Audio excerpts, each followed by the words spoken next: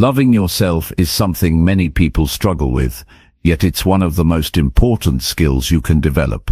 When you truly learn to value and care for yourself, everything in your life changes. Your confidence grows, your challenges become easier to handle, and your happiness becomes less dependent on others. This isn't about being selfish or perfect. It's about recognizing your worth and treating yourself with the kindness and respect you deserve every single day.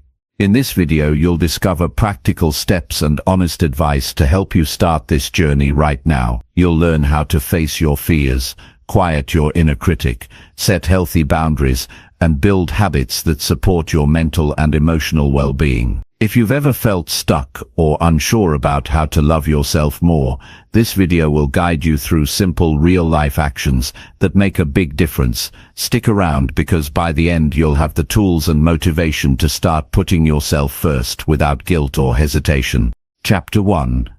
Embrace your true self every single day. Every morning you wake up, you are presented with a choice. You can either show up as someone who tries to be what others expect, or you can choose to live as your true self. This one decision, repeated every single day, shapes how you feel, how you think, how you grow, and how you experience life. Most people never stop to ask themselves who they truly are, because they are too busy trying to be what the world wants them to be. They dress how others expect, speak the way others approve, chase goals that don't belong to them, and measure their worth by someone else's standards. But real peace, real power, and real confidence begin the moment you start living in alignment with your real self. Not your image, not your reputation, but the quiet, honest truth of who you are when no one is looking. The world does not teach you how to accept yourself. It teaches you how to improve your appearance, how to fix your flaws, how to compare and compete, how to silence your feelings, to maintain control. You're told you must earn love, prove your value, and gain permission to be yourself. But this isn't true. You were born worthy. You don't have to earn love, you need to allow it.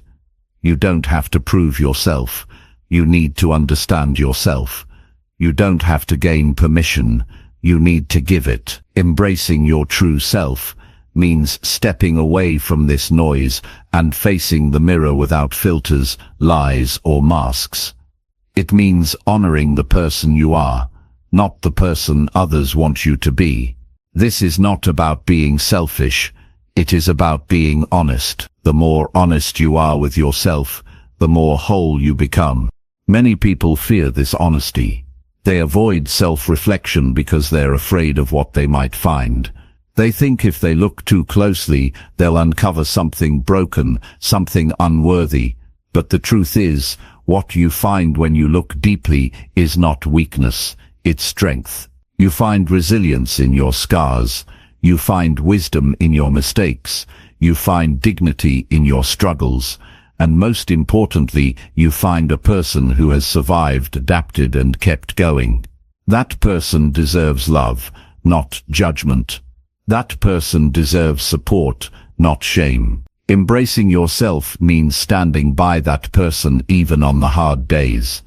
So how do you do it? You start small. You don't wait for a perfect moment.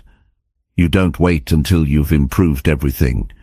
You begin with awareness. You pause in the middle of your routine and ask yourself one simple question. Am I being real right now? It's a quiet question, but it reveals everything. Are you speaking your truth or saying what's safe? Are you making decisions based on what you want or what will impress others? Are you ignoring your emotions just to seem strong? Every answer you give brings you closer to who you really are. That's where the journey begins. You cannot love yourself if you are always abandoning yourself. You abandon yourself when you stay silent to avoid conflict. You abandon yourself when you say yes to things you don't want. You abandon yourself when you pretend to agree just to fit in, and every time you do it, you feel smaller, weaker, more disconnected. The cost of pleasing others is often losing your connection to yourself, and that's too high a price. If you want real freedom, you must stop negotiating your identity for comfort. You must start standing with yourself, even when it's uncomfortable. This doesn't mean you stop caring about people. It means you stop betraying yourself to be accepted. There's a difference between connection and dependence. When you love yourself, you can connect without losing yourself. You can care without sacrificing your truth. You can listen without shrinking, and the more you live this way, the stronger your self-respect becomes. Self-love is not a moment of inspiration. It's a daily act of commitment. It's not a feeling that shows up when life is easy. It's a practice you build when things are hard. When you embrace your true self, you stop running from your emotions. You stop labeling your feelings as weak or wrong. You learn to sit with your sadness without shaming it. You learn to hold space for your anger without losing control. You learn to feel your fear without letting it define you. This is emotional maturity. This is inner strength. Being true to yourself means being honest about how you feel and allowing yourself to experience it without judgment. That's how healing happens. That's how you start trusting yourself again. You also stop comparing yourself to others. Comparison is the enemy of authenticity. When you measure your worth by someone else's path, you forget your own. You start doubting your progress, questioning your choices, and losing sight of what matters to you. But your life is not a competition. It's a journey, and no one else is walking the exact same road. You don't need to be ahead of anyone. You just need to be real with yourself. That's the only standard that matters. Every time you compare, you reject your own experience. But every time you return to your truth, you reclaim your power, and you begin to let go of shame. Shame tells you that you are not enough, that something is wrong with you, that if people really knew you, they would walk away. But shame is a liar. The more you embrace your full self, the light and the shadow, the more shame loses its grip. You realize that being flawed doesn't make you unworthy. It makes you human. You don't have to hide your story. You don't have to pretend to be perfect. The more open you are with yourself, the more peace you create inside. And when you're at peace, you stop needing approval from others. People often think self-love is about affirmations and feel-good routines. But true self-love is deeper than that. It's in the hard choices. The moment you say no, even when it makes you uncomfortable. The moment you stop chasing someone who doesn't value you. The moment you walk away from situations that drain you. These are the moments that build real confidence. Not fake confidence that relies on praise, but quiet, steady confidence that comes from living in truth. That kind of confidence can't be taken from you. You also start taking care of yourself without guilt. Not just physically, but mentally, emotionally, spiritually. You learn what energizes you and what drains you. You learn what environments help you grow and which ones hold you back. You stop apologizing for resting. You stop feeling bad for taking space. You stop explaining why you need time alone, because you understand that your needs are valid. Your well-being matters, and when you honor yourself consistently, you start to feel whole again. The more you show up for yourself, the more you become someone you can rely on, and that changes everything. You stop needing people to save you. You stop waiting for someone else to fix your life. You take responsibility for your path. You trust your choices, you respect your voice, and slowly, you become your own source of strength. That's how true love grows, not from perfection, but from consistency. You don't have to do everything at once. Just begin.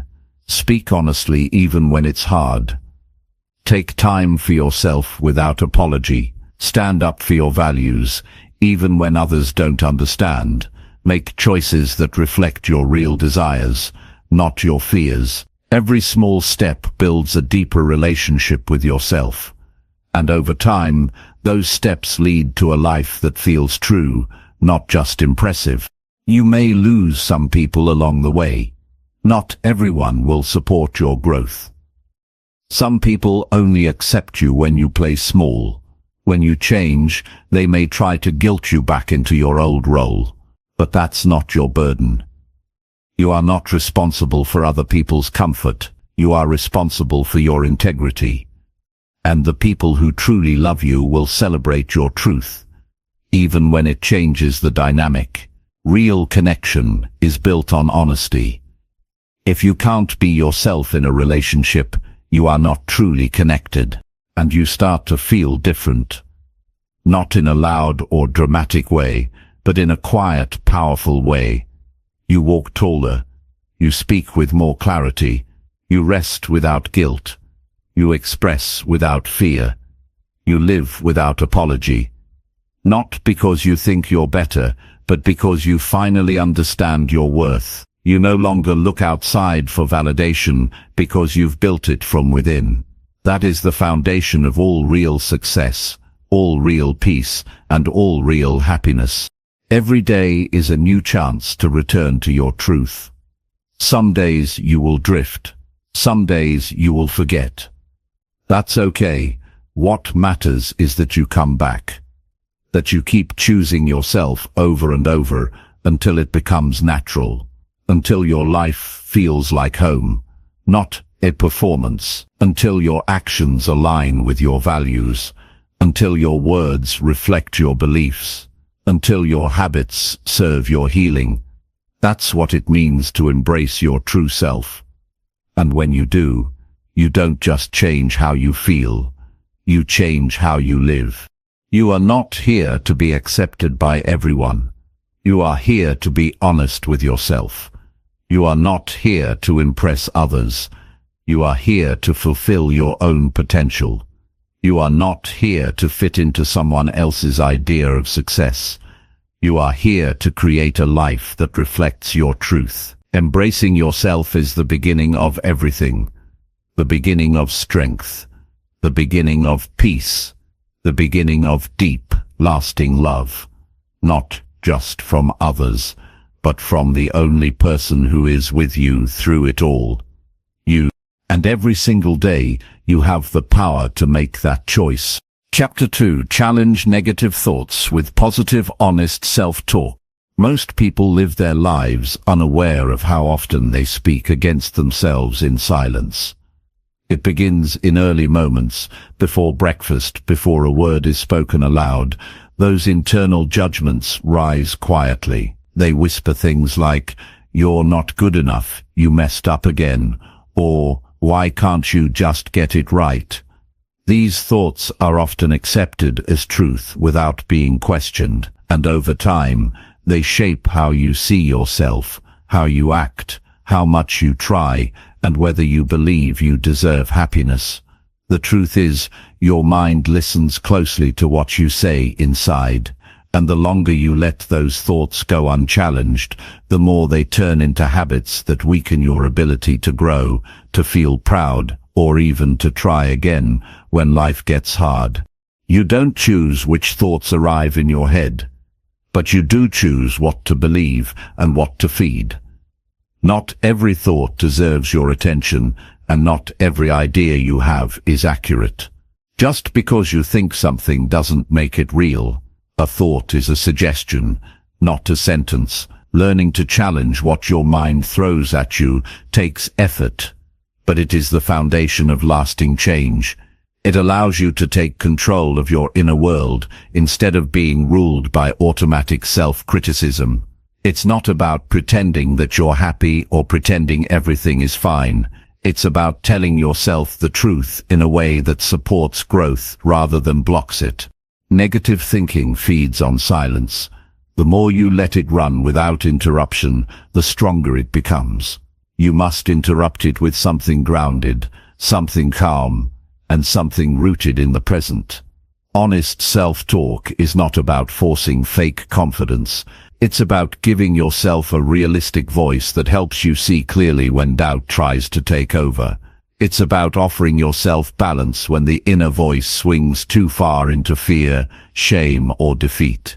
You don't have to be perfect at this. You just have to be willing to stop and answer back when a thought tries to pull you under. Most of the time, the mind repeats what it has been taught. If you were criticized often, you'll likely criticize yourself automatically. If you were ignored, you might believe your needs don't matter.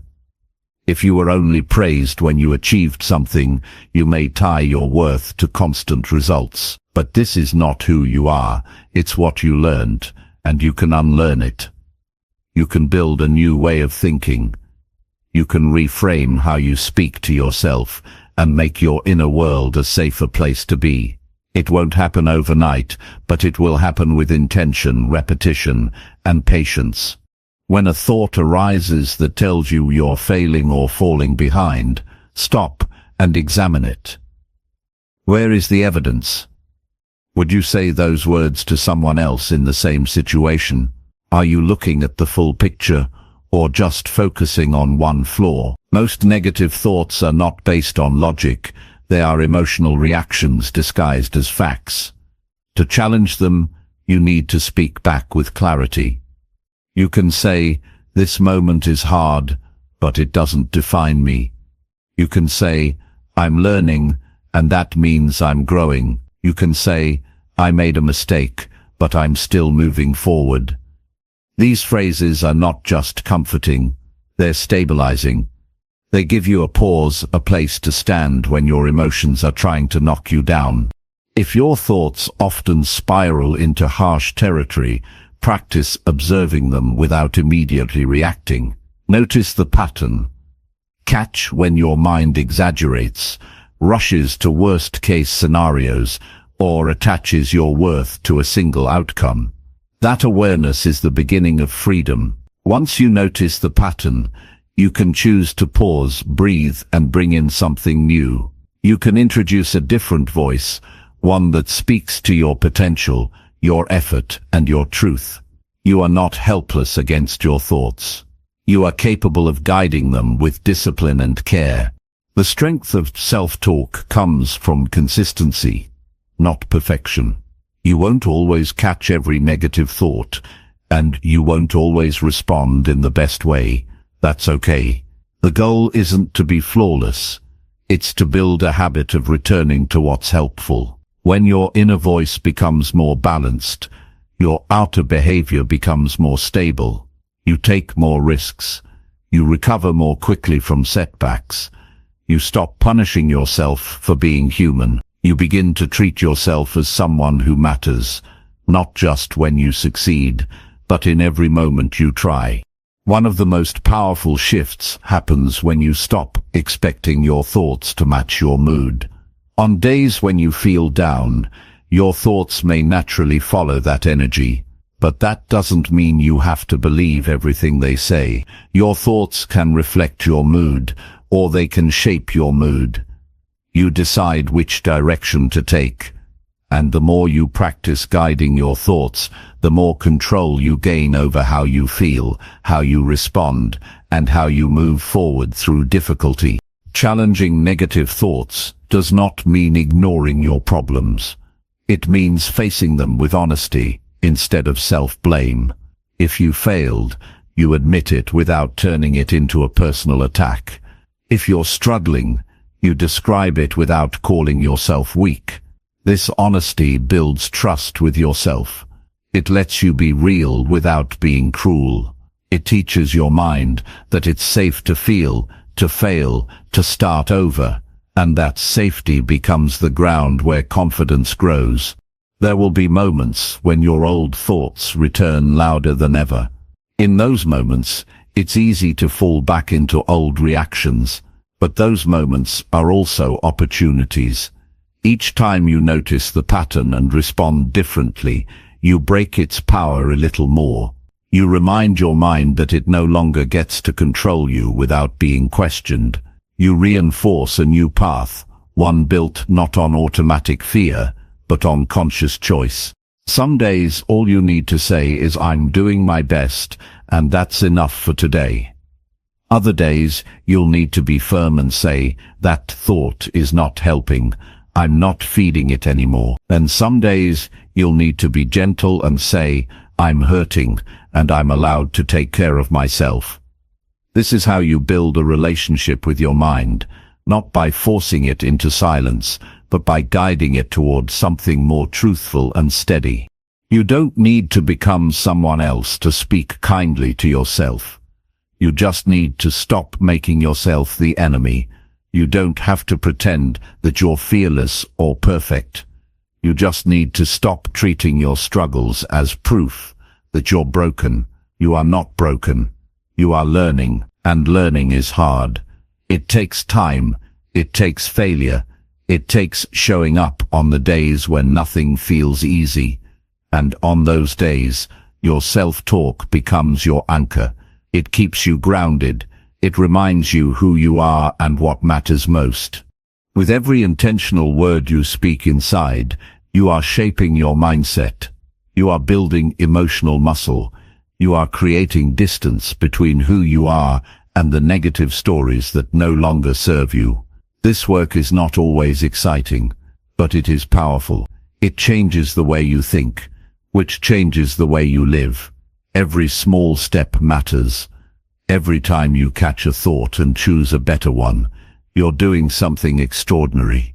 You're choosing clarity over confusion, truth over fear, and self-respect over self-attack. This is not a one-time fix.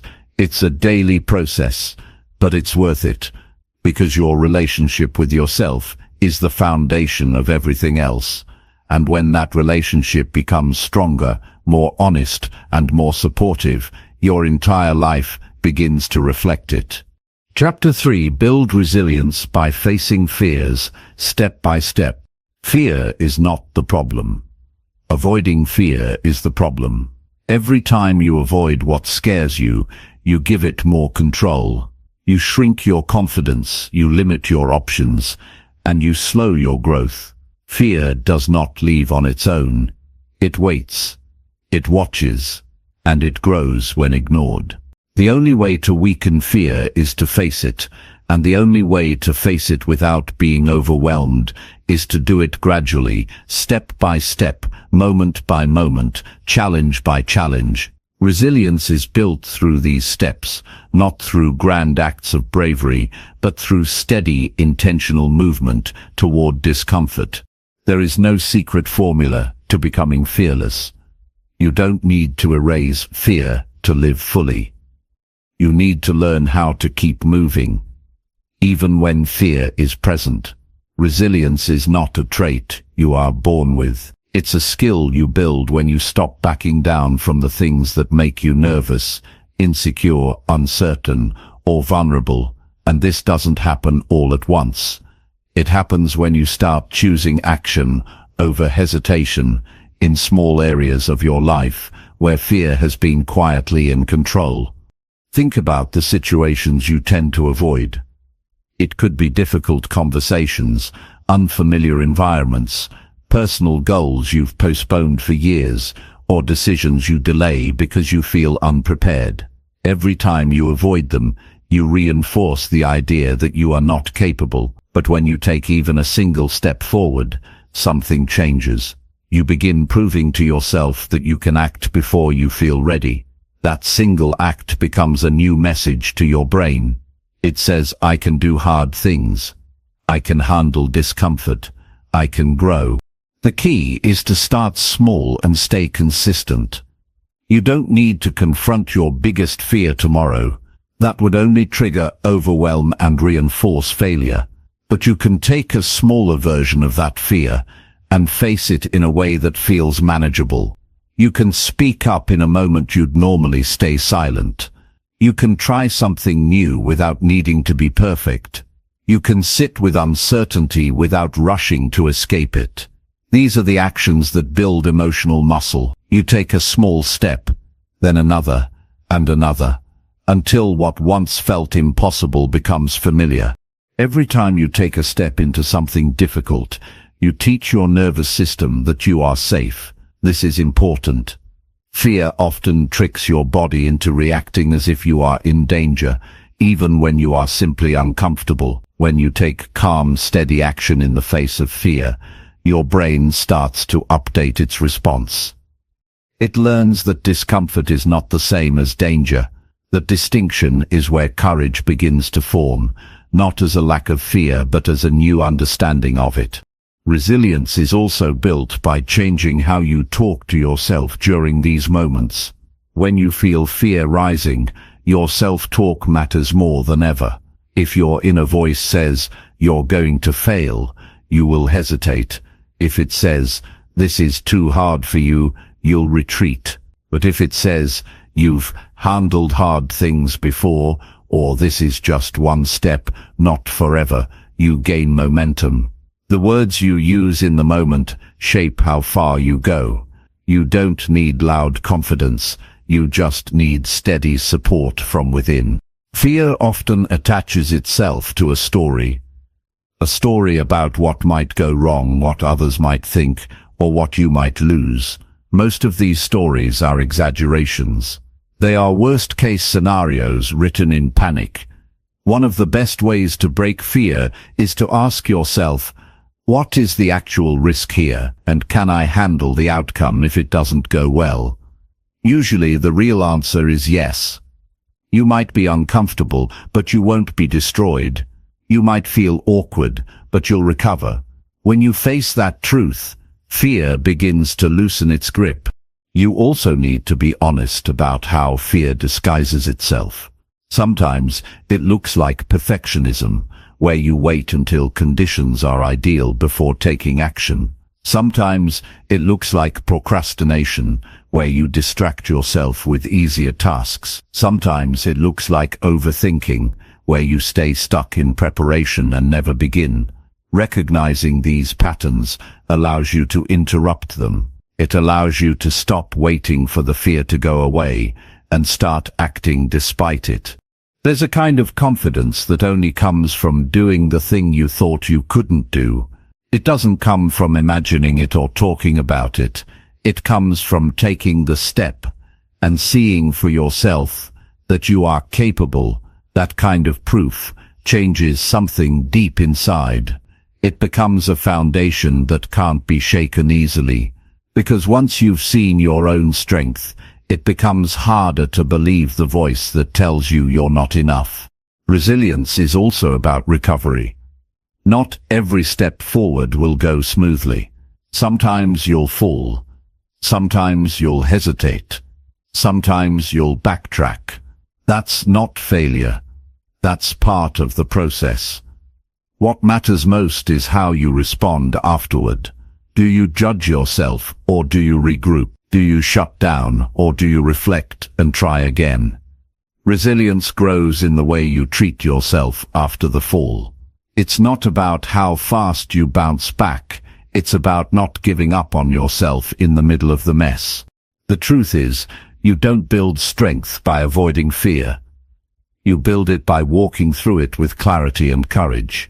Not to prove something to the world, but to prove to yourself that you're not fragile, not weak, and not limited to the past. Each time you show up for yourself when it's hard, you become more grounded.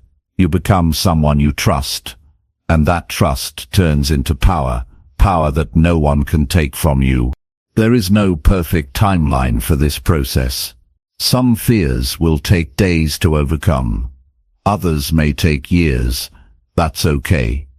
The point is to keep moving, to keep facing the edge of what feels safe and stepping beyond it, even just a little, even if your hands shake, even if your voice cracks, because the goal is not to feel ready. The goal is to act anyway. You don't have to feel fearless to be brave. You just have to move forward with your eyes open and your heart steady. The more you face fear, step by step, the more life begins to open up.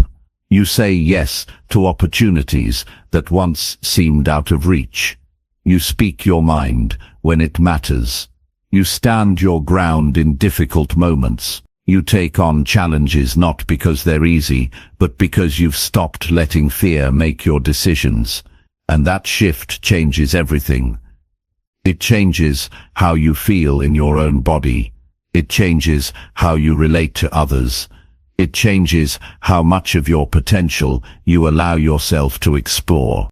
You deserve to live a life that is not ruled by hesitation. You deserve to make choices from strength, not avoidance. And that kind of life doesn't begin with one big leap. It begins with one small act of courage repeated over and over, until fear becomes just another part of the journey, not the one steering it. This is how you build resilience. This is how you take your power back. And this is how you begin to trust yourself in ways that no fear can ever undo. Chapter 4. Prioritize your needs without guilt or hesitation. There comes a time in life when you have to stop waiting for permission to take care of yourself. You've spent years considering other people's needs, juggling responsibilities, and putting yourself last. You've learned to be strong for everyone else, while quietly neglecting your own voice. But strength isn't about self-sacrifice without limits. True strength is knowing when to step back and say, I matter too. And the truth is, your needs are not a burden, an inconvenience, or a sign of weakness. They are valid. They are human, and they deserve to be met without guilt or hesitation. You don't need to apologize for needing time alone. You don't have to explain why you want to rest instead of overextend yourself. You don't owe anyone justification for choosing peace over chaos or boundaries over burnout. Yet somehow, many people carry the belief that prioritizing their well-being is selfish. That belief didn't come from nowhere. It was likely shaped by years of being rewarded for putting others first, and criticized when you finally said no. But the cost of constantly neglecting yourself is heavy. It leads to exhaustion, bitterness, and a quiet loss of joy. That's not noble. It's harmful. If you've been taught that your value is tied to how useful you are to others, it can feel uncomfortable to start meeting your own needs. But discomfort is not a reason to stop. It's a sign that you're doing something different, something necessary. Prioritizing yourself doesn't mean you love others any less. It means you are learning how to include yourself in the care you so freely give. It means you're done believing that your well-being only matters when there's nothing else to do. You deserve to have space to breathe without rushing to fix everything around you. You deserve to take breaks without feeling lazy. You deserve to say no without defending your decision. These are not luxuries. They are essentials for a balanced and meaningful life, and no one else is going to protect those essentials for you. That responsibility is yours, and it's time to take it seriously. Start by being honest with yourself about what you actually need, not what you think you should need, not what others expect you to need, but what genuinely nourishes you. Maybe it's solitude, maybe it's support, maybe it's more structure or more freedom, maybe it's fewer commitments or deeper connections. Whatever it is, give yourself permission to name it, because if you can't name it, you can't protect it, and if you don't protect it, no one else will. This isn't about becoming rigid or self-centered. It's about becoming clear. When you know what you need and act on it, you show up in your life with more presence and less resentment. You stop running on empty. You stop saying yes when you mean no.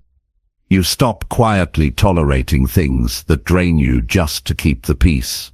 And in doing so, you create a life that's more honest, more fulfilling, and more sustainable.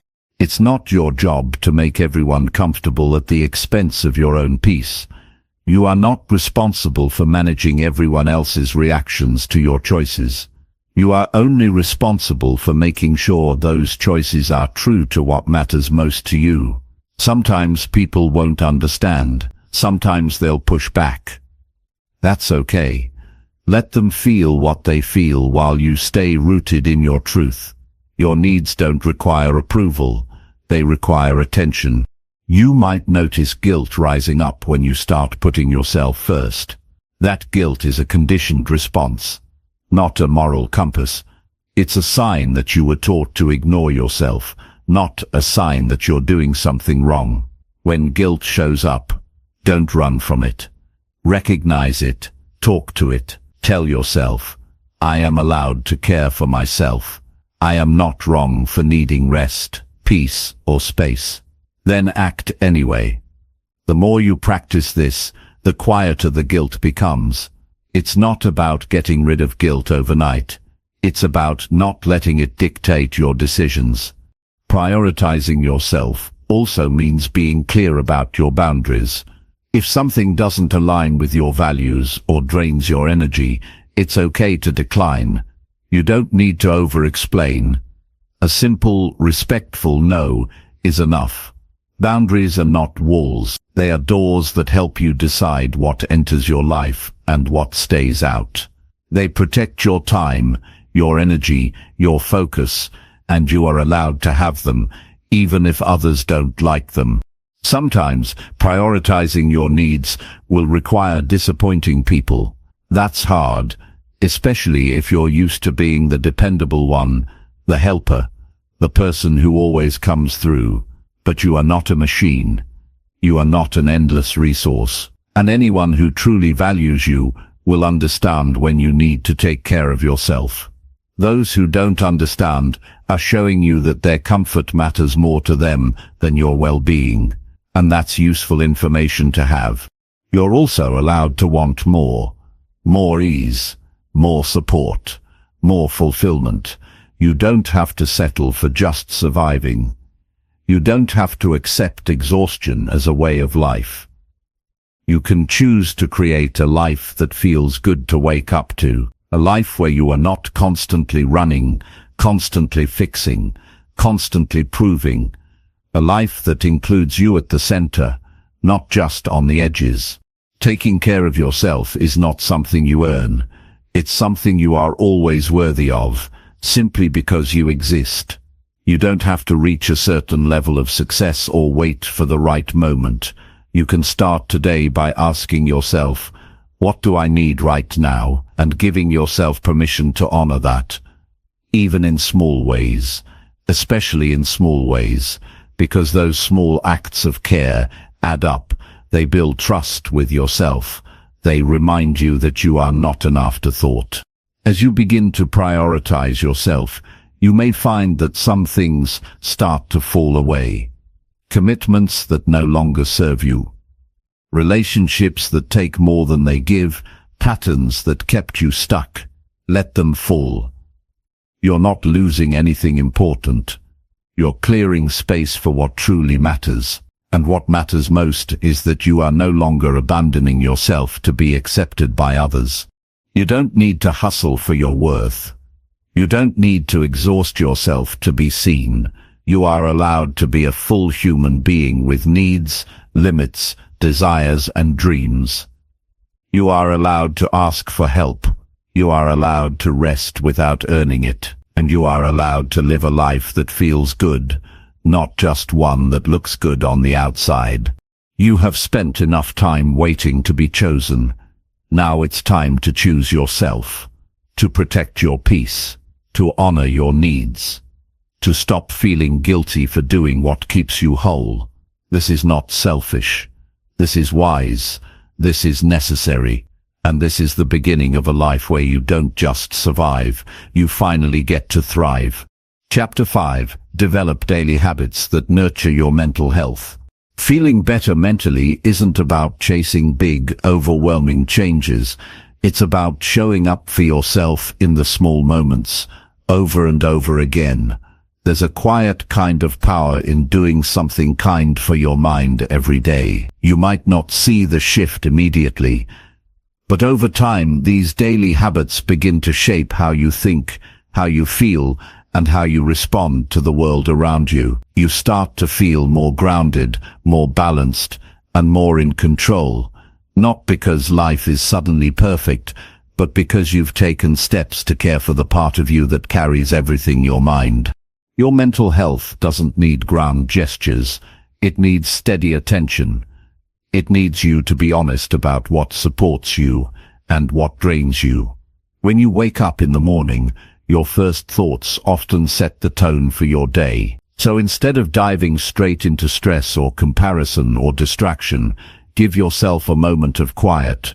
Breathe deeply. Stretch slowly. Drink some water. Remind yourself, I'm allowed to start slow. I don't have to rush to be worthy. These are simple actions, but they signal something important. You matter, even in the stillness. Throughout the day, mental wellness is shaped by what you consume. Not just in food, but in thoughts, conversations, and information. Pay attention to how you feel after watching certain videos, reading certain posts, or talking to certain people. If something leaves you anxious, tense, or self-critical, that's a signal to create distance. You don't have to fill your mind with noise. You are allowed to be selective. You are allowed to protect your peace. Instead, seek out things that calm you, inform you, inspire you. Follow voices that speak to your growth, not your insecurity. Movement also plays a role, not because of how it changes your body, but because of how it shifts your state of mind.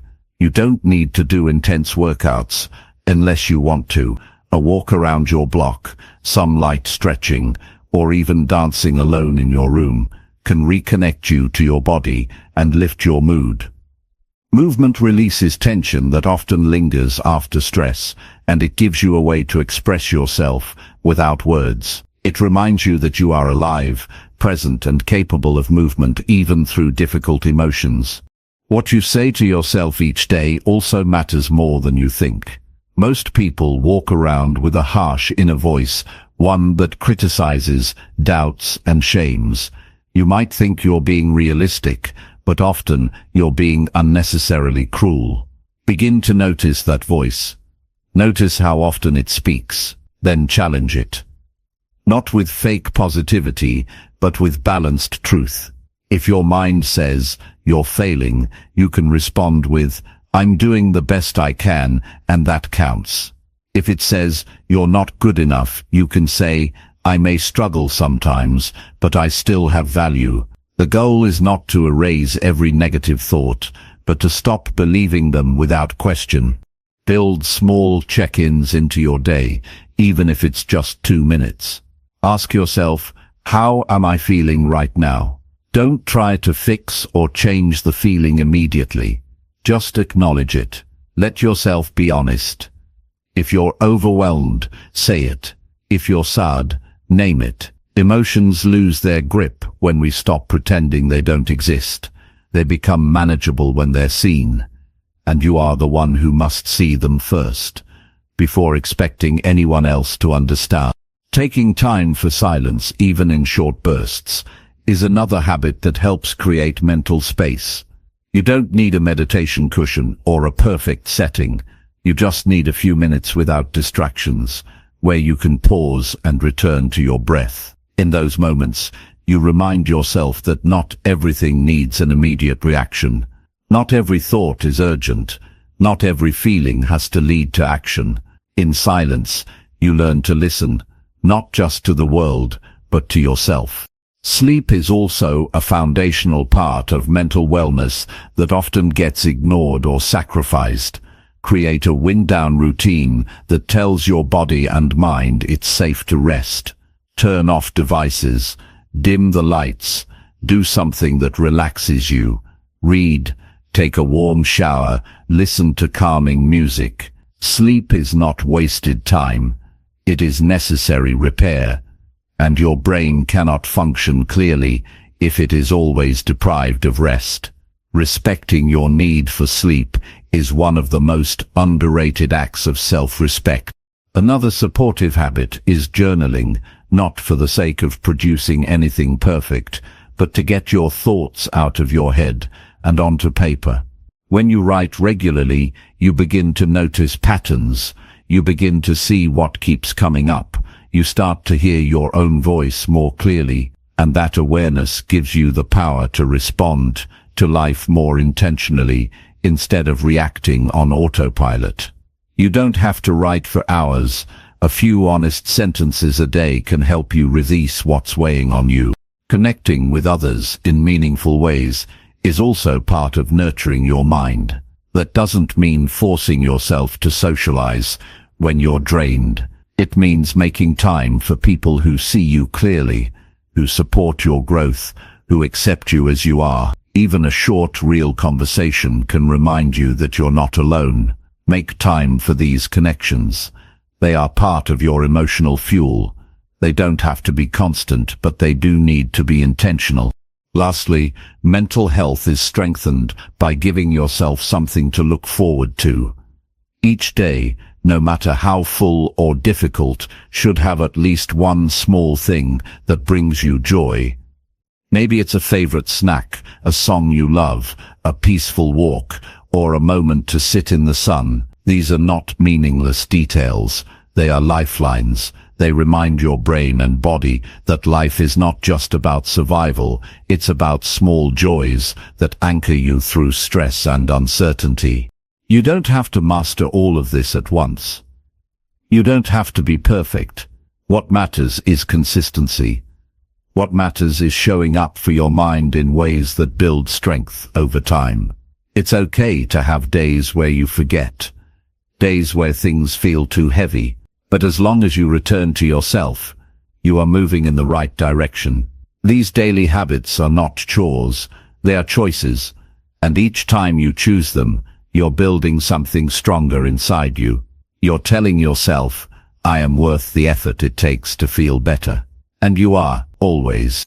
Chapter 6. Set clear boundaries to protect your energy. It's hard to thrive when your energy is constantly being pulled in directions that drain you. When you don't have boundaries, people start to treat your time, your kindness, and your peace as things they can access anytime they want. And it doesn't take long before you begin to feel resentful, tired, or invisible. That's why setting clear boundaries is not selfish. It's necessary. You are not here to exhaust yourself or everyone else.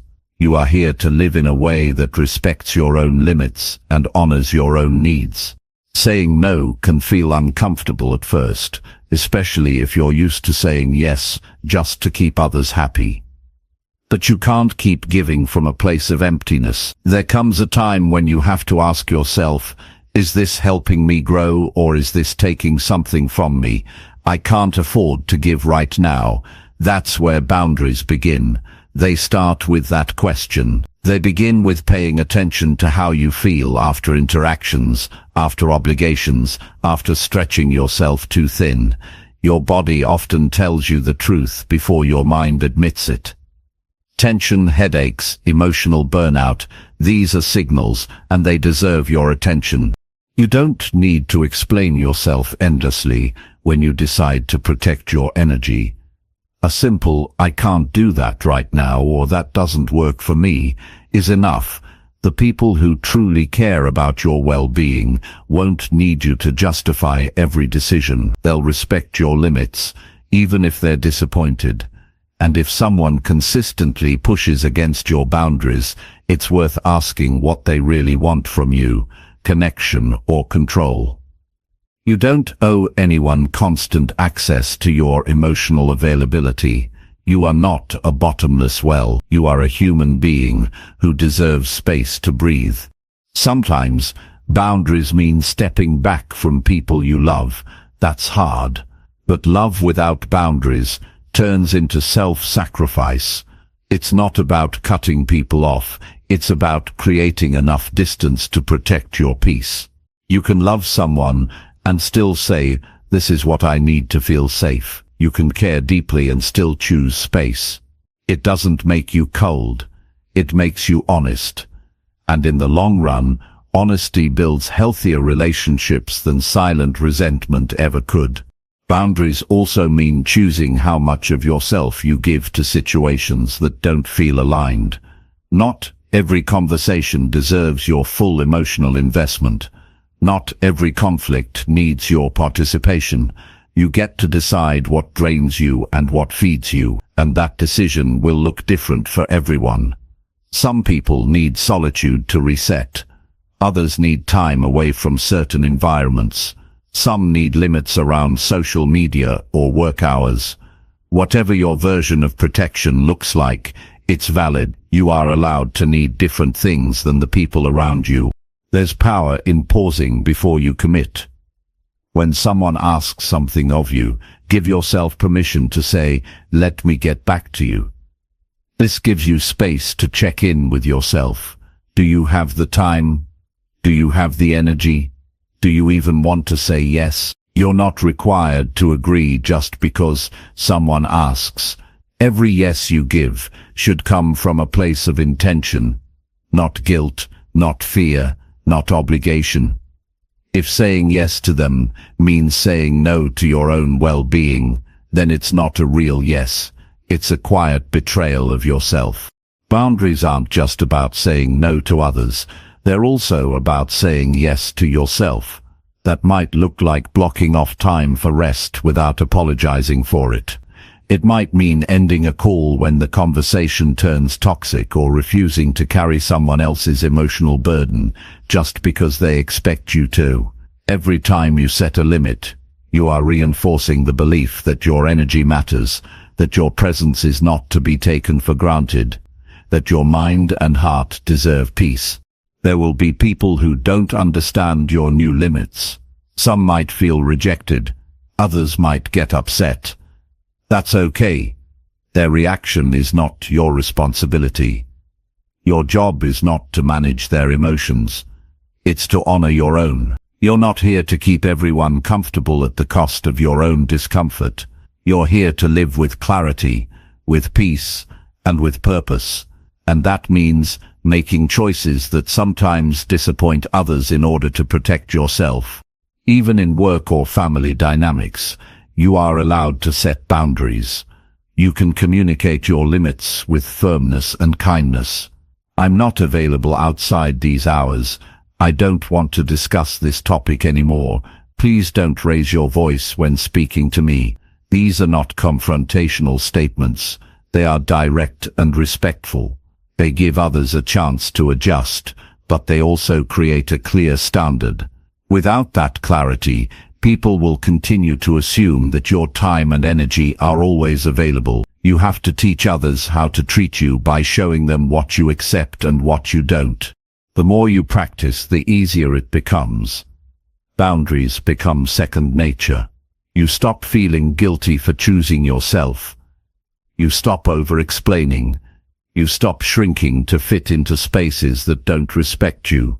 You begin to take up your rightful place in your own life. And from that place, you begin to relate to others more honestly. You stop pretending to be okay when you're not. You stop agreeing to things that leave you depleted. You show up as your whole self, someone who respects others, yes, but who also demands the same in return. You are not responsible for fixing everyone. You are not required to absorb every problem. It is not your duty to be the emotional anchor for everyone around you. You can offer support without abandoning yourself. You can be kind without being used. You can care deeply without sacrificing your peace. That balance takes practice, but once you learn it, you begin to feel lighter. You start to breathe deeper. You start to feel like yourself again. Remember, your energy is a limited resource. You don't get more of it by running on empty. You protect your energy by choosing where it goes. You protect it by saying no, by walking away when needed, by listening to your own needs first. That is not weakness. It is strength. That is not selfishness. It is survival. And the more you protect your energy, the more of it you'll have to share with the people and projects that truly matter. That is how you live fully, by giving from a place of fullness, not exhaustion. That is how you honor yourself, and you deserve nothing less. Chapter 7. Practice gratitude to increase your self-appreciation. There's a quiet power in gratitude that most people overlook. It's not about pretending everything is perfect or ignoring the hard parts of life.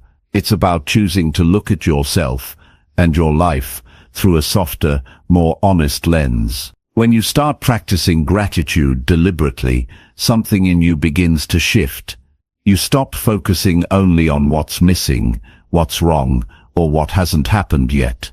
Instead, you start recognizing what's working, what's improving, and what already exists within you. And when you do that consistently, it deepens your self-respect and renews your sense of worth.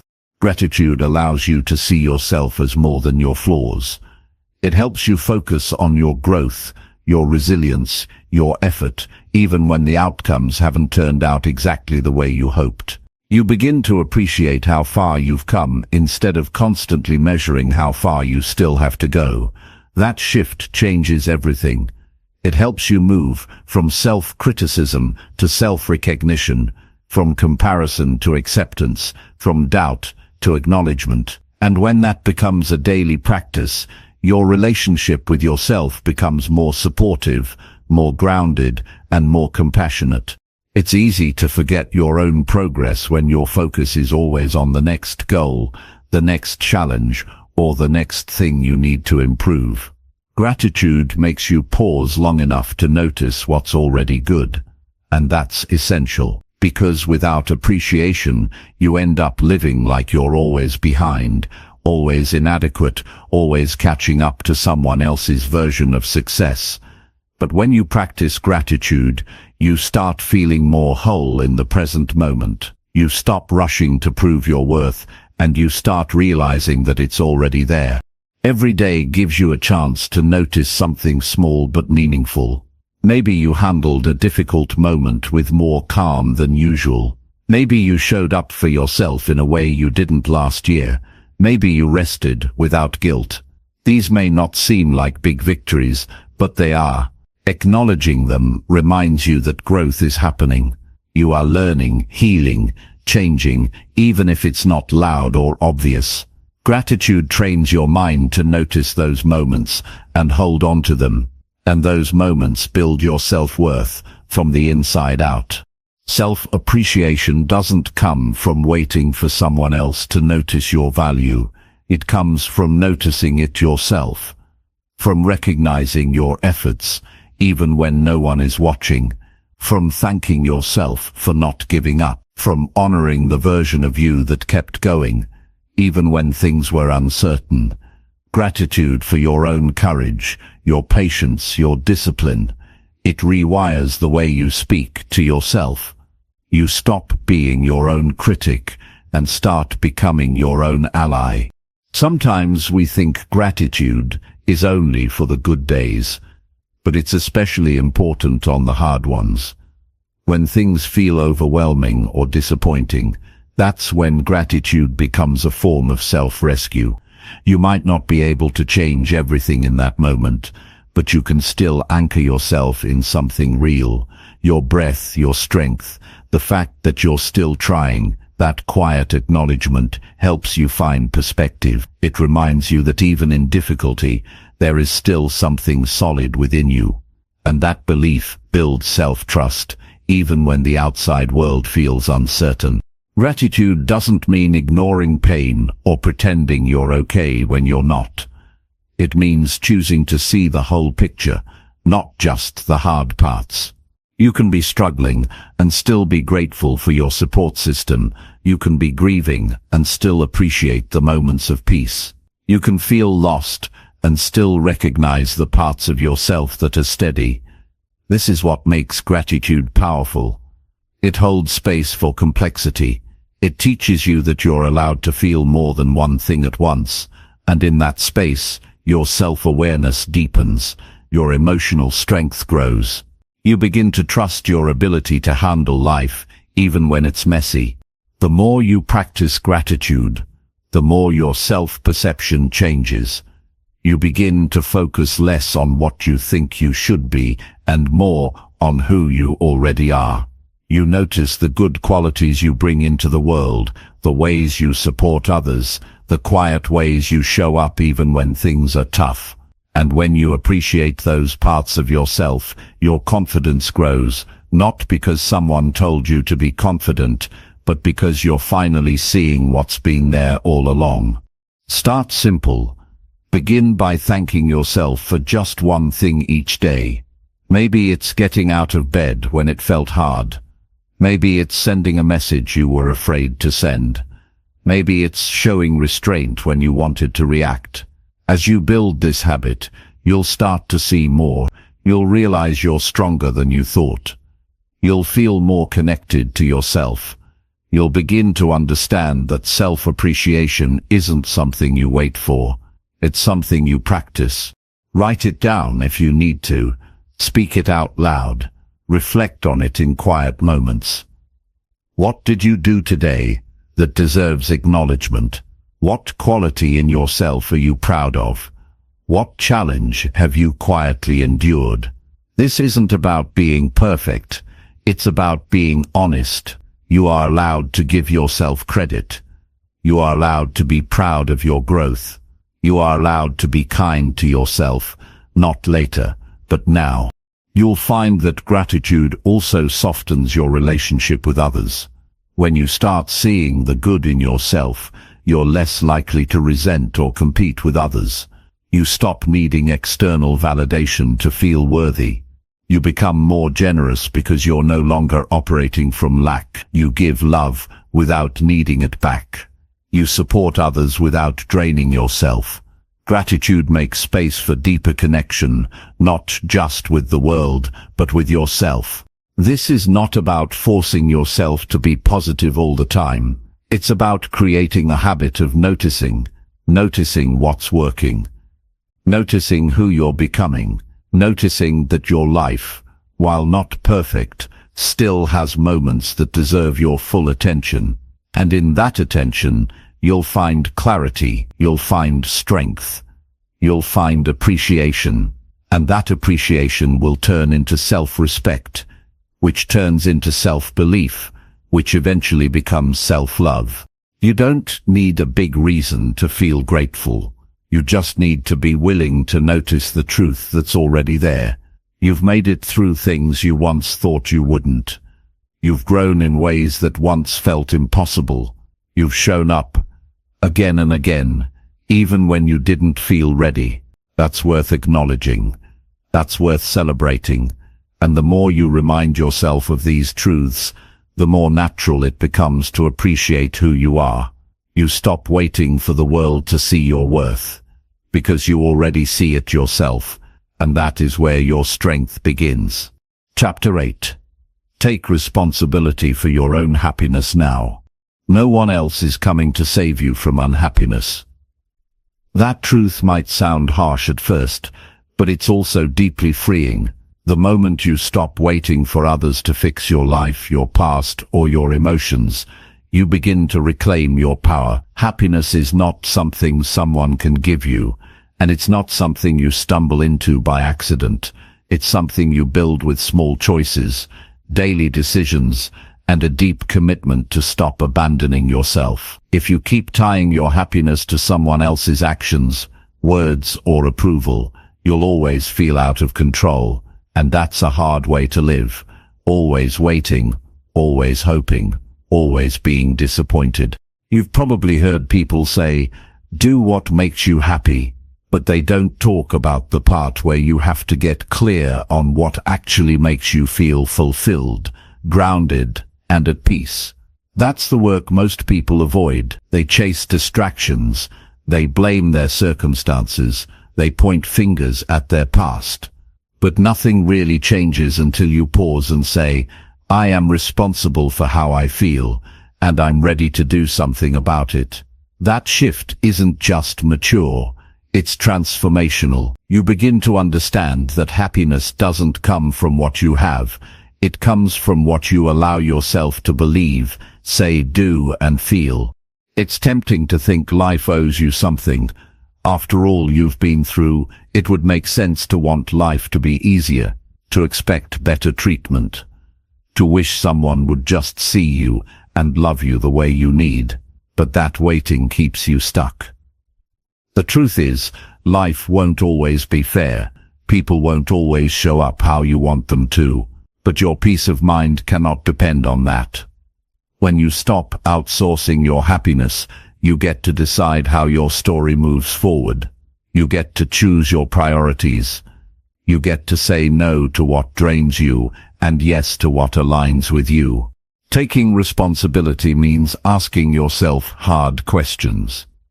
What are you tolerating that's making you bitter? What habits are keeping you stuck? What beliefs are making you feel like you're never enough? Happiness doesn't grow in denial. It grows in clarity, and clarity takes honesty. No more pretending you're okay when you're not. No more hiding behind excuses. No more hoping things will magically change without your participation. This is your life. This is your moment to show up for it. Not perfectly, not all at once, but with intention, courage, and ownership. It also means letting go of the fantasy that someone else will come along and understand you so fully that all your pain will disappear. That kind of connection sounds beautiful, but it places an impossible weight on others. You were never meant to rely on another person to heal wounds they didn't create. It's your job to sit with yourself, understand your needs, soothe your inner conflicts, and offer yourself the acceptance you've been waiting for. When you do that, relationships become healthier.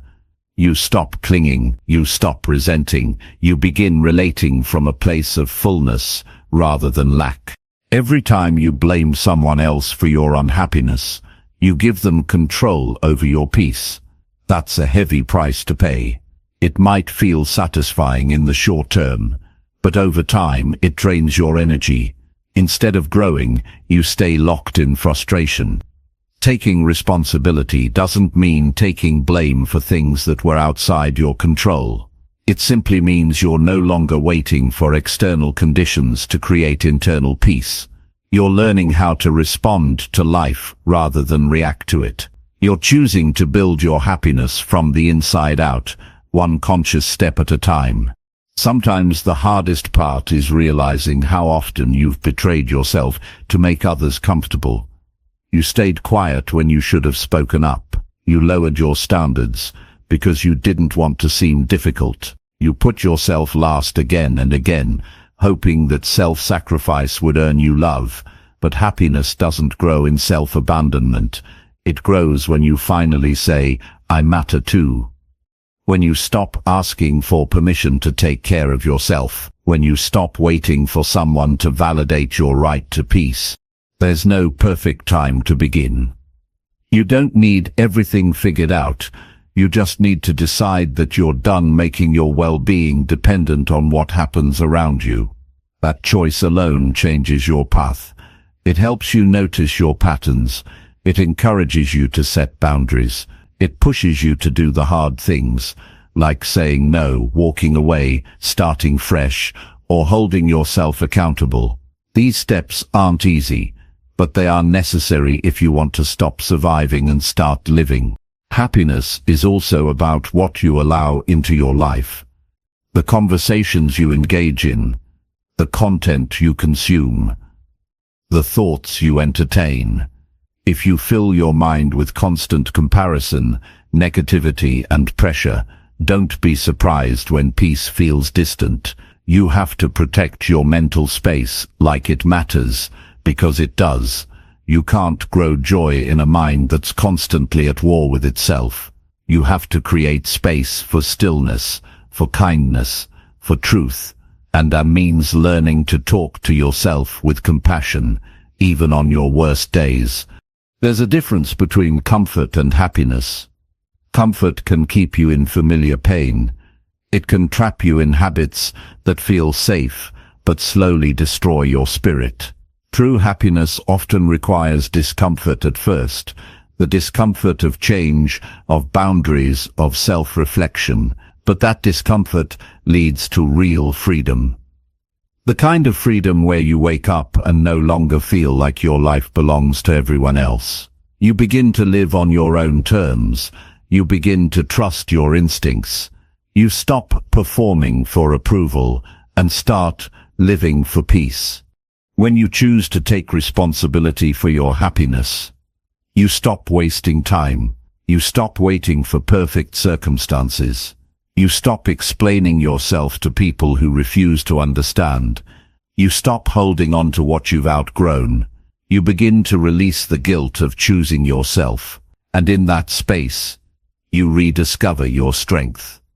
Not the strength to push through or pretend, but the strength to be real, to feel, to change, to rise. This is your reminder. You are not powerless.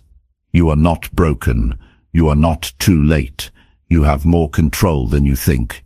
You don't need to ask anyone for permission to be okay. You just need to begin. Today. Now. Not when things are easier. Not when everything feels certain. But exactly as you are, with everything you've got. Take one step, then another. Own your choices. Own your growth. Own your peace. That's how happiness is built, slowly, honestly, and entirely by you. Chapter 9. Cultivate forgiveness toward yourself and past mistakes. You cannot keep punishing yourself for the things you didn't know back then. You were doing the best you could with the understanding, the tools, and the awareness you had at that time. Looking back with regret may feel like you're holding yourself accountable, but there's a difference between accountability and self-punishment. Real growth doesn't come from endlessly criticizing yourself. It comes from being honest about your mistakes, learning what you needed to learn, and then allowing yourself to move forward without dragging the weight of guilt everywhere you go. Forgiveness isn't about pretending nothing happened. It's about acknowledging what happened without using it as a weapon against yourself every day. Some wounds you carry weren't even created by others. They were built by your own repeated thoughts, reminders of moments where you felt you failed, fell short, or didn't measure up. And over time, those thoughts became internal stories, stories that say you're not worthy, not capable, not good enough. But none of those stories are facts. They're conclusions your mind drew when you were hurting and confused. You can't heal if you keep repeating those stories like they're your identity. If you spoke to a child the way you speak to yourself when you reflect on your past, would they feel safe? Would they feel loved? Chances are they'd feel scared, ashamed, and broken. That same inner child still lives in you. They still feel what you say. They still carry the sting of the words you use against yourself. The path to healing isn't paved with perfection. It's built on patience, and forgiveness is a form of patience, a deep, quiet decision to stop picking at the same emotional scabs. You might think that holding on to your mistakes will make you more responsible, that if you keep them fresh in your mind, you'll never mess up like that again. But that's fear disguised as control. You don't need to live in fear to grow. You need awareness. And awareness comes when you can look at your past with compassion, not condemnation. It takes strength to say, I did things I'm not proud of, but I'm not going to let those things define who I am now. That's not denial. That's evolution. The truth is, you will make more mistakes in life, and some of them might hurt others. Some might hurt you, but if you never give yourself room to be human, you'll live in a constant state of emotional paralysis. You won't trust yourself to make decisions. You won't take healthy risks. You'll shrink your life out of fear of repeating the past. That's not freedom. That's survival. Forgiveness opens the door to freedom. It allows you to breathe again, to feel again, to try again, without the voice of shame shouting over your every step. Think about the people you've forgiven in your life. Why did you let them go? Why did you decide their actions no longer needed to sit in the front row of your heart? Maybe it was love. Maybe it was exhaustion. Maybe it was time. Whatever it was, you knew deep down that continuing to carry resentment was too heavy. The same is true for your relationship with yourself. Self-forgiveness doesn't mean excusing everything you've done. It means acknowledging that no amount of suffering will rewrite the past. And if suffering won't change it, why keep suffering? There's a version of you that existed in your past who was hurting, lost, scared, or angry. That version may have made poor decisions, but would punishing them now bring healing? Or would it only create more inner division? You don't need to justify everything you've done. You just need to understand it. Look at who you were, what shaped your choices, and what you've learned since then.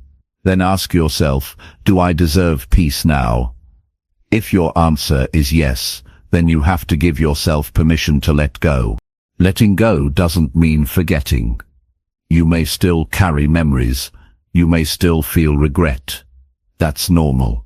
But regret is not meant to be a permanent state of mind. It's meant to point you toward better decisions, deeper wisdom, and greater empathy for yourself and others. You become kinder when you stop fighting with your past. You start showing up in a more grounded way.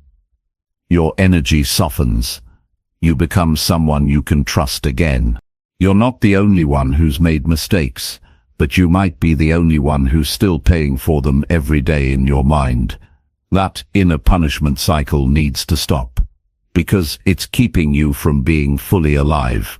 The shame you carry may feel like it protects you, but it also isolates you. It keeps you from connecting deeply with others, from receiving love without suspicion, and from experiencing joy without guilt.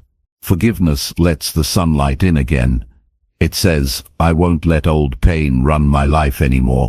Give yourself space to feel all the emotions that come up when you think about your past. Don't rush to numb them or hide from them. Feel them, understand them, and then gently place them down. Say to yourself, I am allowed to grow from this. I am allowed to move forward. Your worth doesn't disappear because of your lowest moments. If anything, your willingness to face those moments and still choose healing speaks to your strength. It means you're no longer interested in staying stuck in shame.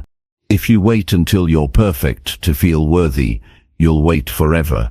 The world doesn't need you to be perfect.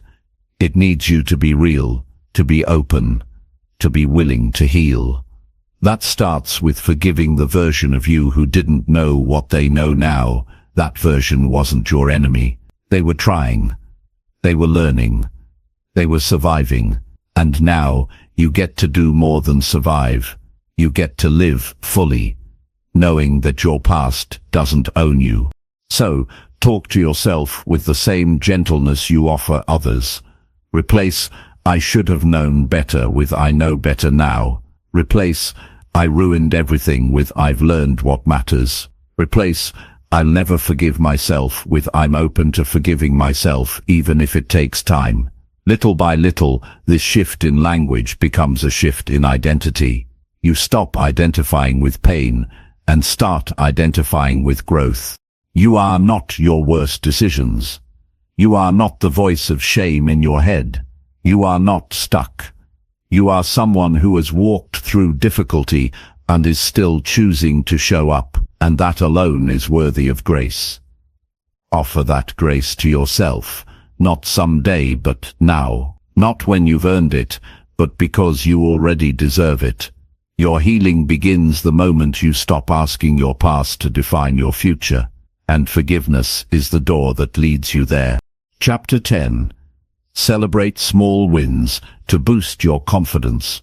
It is easy to overlook the small steps you take every day because your focus tends to be on big goals or major achievements. However, celebrating small wins is one of the most powerful ways to build lasting confidence and motivation. These small victories are the building blocks of progress. When you acknowledge them, you reinforce your belief that you are capable, resilient, and moving forward.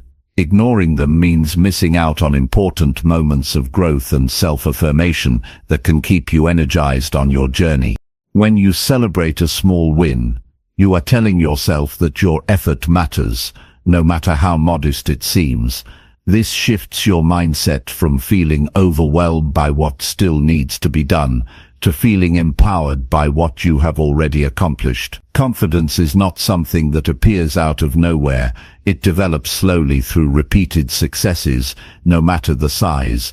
Each time you recognize a small win, you strengthen your inner foundation and build momentum. Most people wait for a big achievement to feel proud, but waiting for that moment can leave you feeling stuck or discouraged. If you only celebrate the finish line, you ignore the many steps that made that finish possible. Every step counts, and recognizing them makes the bigger goal feel more achievable. It also helps break down overwhelming tasks into manageable parts, reducing anxiety and increasing focus. By focusing on small wins, you create a clear path forward, one that feels doable and rewarding. Sometimes a small win is simply choosing to start when you felt like giving up. It might be sending that email you've been avoiding, getting out of bed despite feeling tired, or sticking to a habit for one more day. These moments may not seem significant to others, but they are acts of courage and commitment. They show that you are choosing progress over comfort and resilience over surrender. Celebrating these actions reinforces your identity as someone who doesn't quit, someone who keeps trying even when things are difficult. Celebration doesn't have to be extravagant or public. It can be as simple as a quiet moment of recognition, a note you write to yourself, or a small reward you give yourself. The key is to pause and acknowledge your effort fully. This practice trains your brain to notice positive experiences, making you more aware of your strengths and potential. It helps silence the inner critic that often focuses on what's missing or what went wrong. Instead of self-judgment, you create space for self-appreciation. Building a habit of celebrating small wins also helps in setting realistic expectations. Life is rarely a straight line of success. It's filled with ups and downs. Recognizing small victories means you give yourself credit even on the days when progress feels slow. This prevents burnout and keeps your motivation alive. When you celebrate consistently, you create a positive feedback loop where achievement leads to confidence, and confidence leads to more achievement. It's important to define what counts as a small win for you personally. Your wins don't have to look like someone else's. They might be finishing a difficult conversation, resisting a negative thought, or making a healthy meal instead of fast food. When you clarify what success means in your own context, you avoid comparisons that can kill confidence. You start valuing your unique journey and the specific challenges you face. Celebrating small wins also strengthens your relationship with yourself. It teaches you to be your own cheerleader rather than your harshest critic.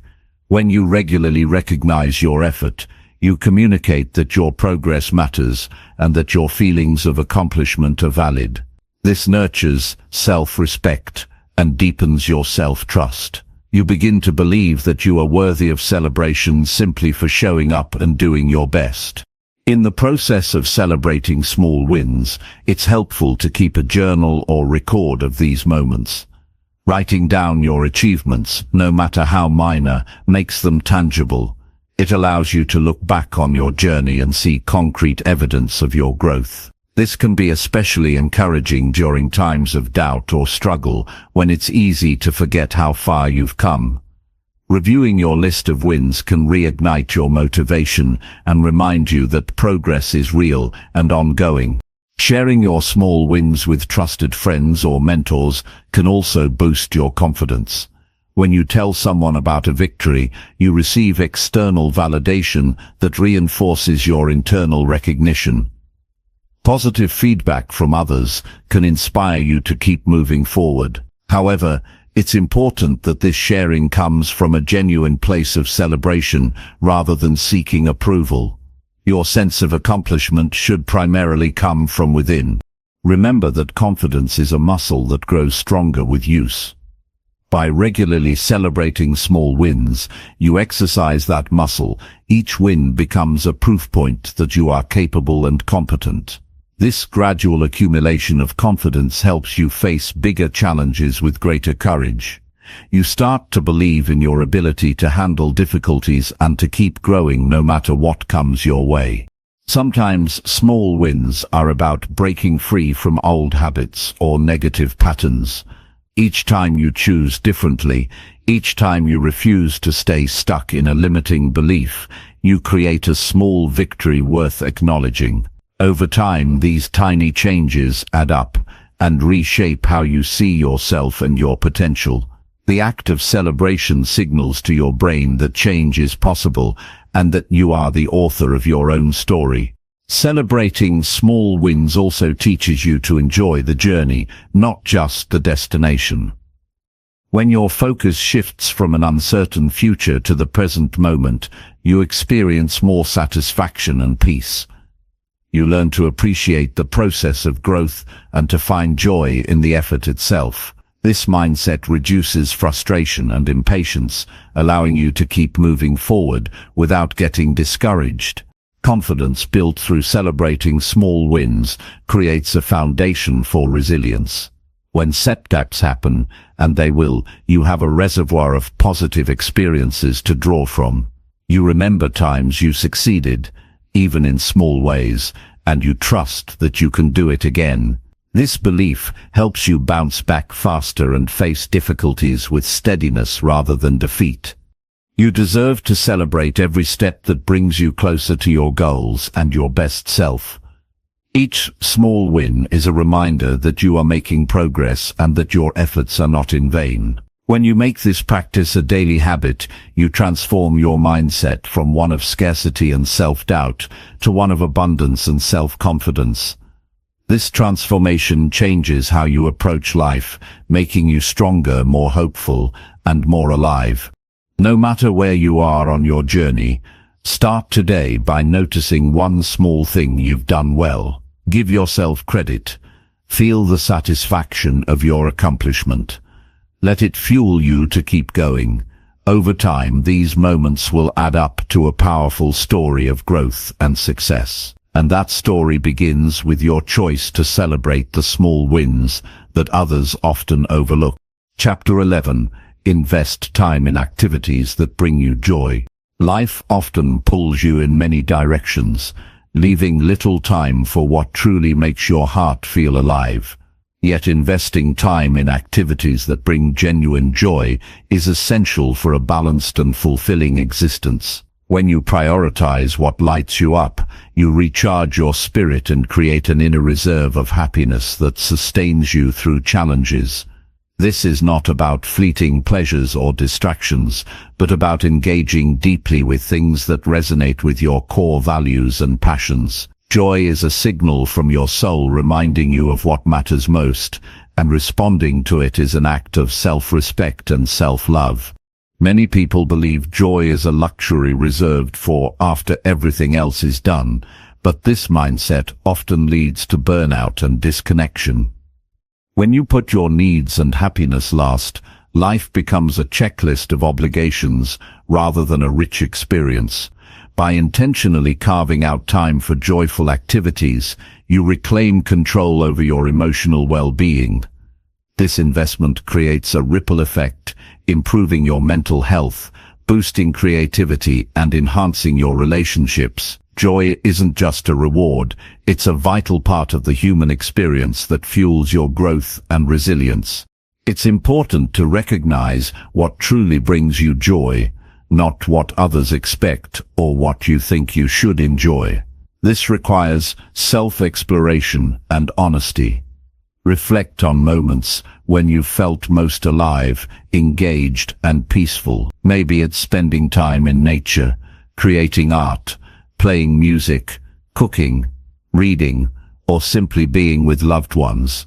Joyful activities vary widely from person to person, so avoid comparing your sources of happiness with others. Your joy is uniquely yours, and honoring that uniqueness is a powerful step towards self-acceptance. Sometimes, Rediscovering joy means trying new things or revisiting forgotten interests. Life's demands can bury your passions under responsibilities and doubts. Giving yourself permission to explore without pressure allows you to reconnect with what makes you smile. Approach these moments with curiosity rather than judgment. Notice how your body and mind respond. Does your heart feel lighter? Does your energy rise? These sensations are clues pointing you toward meaningful engagement. Over time, you can build a personal toolkit of activities that reliably boost your well-being. Creating space for joy often means setting boundaries around your time and energy. Saying no to commitments that drain you is essential for protecting the time needed to nourish yourself. You deserve to prioritize activities that replenish your spirit without guilt or hesitation. When you consistently invest in joy, you communicate to yourself that your happiness matters. This reinforces self-worth and encourages you to maintain balance even during busy or stressful periods. Boundaries around joy are acts of kindness toward your future self.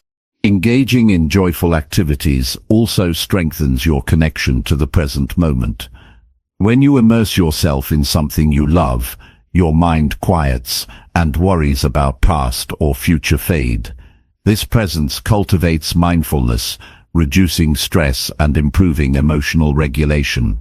Joy becomes a gateway to experiencing life fully, rather than merely surviving day to day. This deepened awareness enhances your capacity to appreciate simple pleasures and find gratitude in ordinary experiences. Joy is often linked to creativity, and investing time in creative pursuits can unlock new perspectives and problem-solving skills. Creativity invites you to express yourself authentically, releasing bottled-up emotions and fostering personal growth. Whether you write, paint, dance, or invent, these activities provide a safe space for exploration and healing. They remind you that your voice matters and that your unique contributions enrich the world. Nurturing creativity is a profound way to cultivate joy while building resilience. Social connections are another vital source of joy. Spending time with people who support and inspire you nourishes your emotional health. Investing in relationships where you feel safe and valued amplifies happiness and reduces feelings of loneliness. Quality time with friends or family can be a joyful activity in itself. Sharing laughter, stories, and experiences creates lasting memories that uplift your spirit. Remember to balance your social life with moments of solitude to recharge and reflect. Physical activity is also a powerful way to bring joy into your life. Movement releases endorphins and improves mood, energy, and overall health.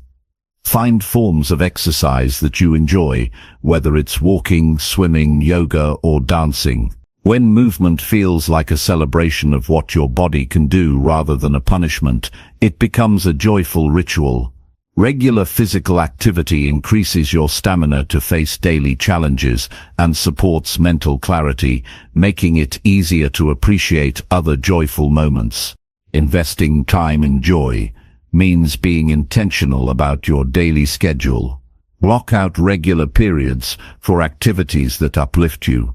Treat these appointments with the same respect you give to work meetings or obligations. Consistency builds a habit that integrates joy into your lifestyle rather than leaving it as an occasional treat.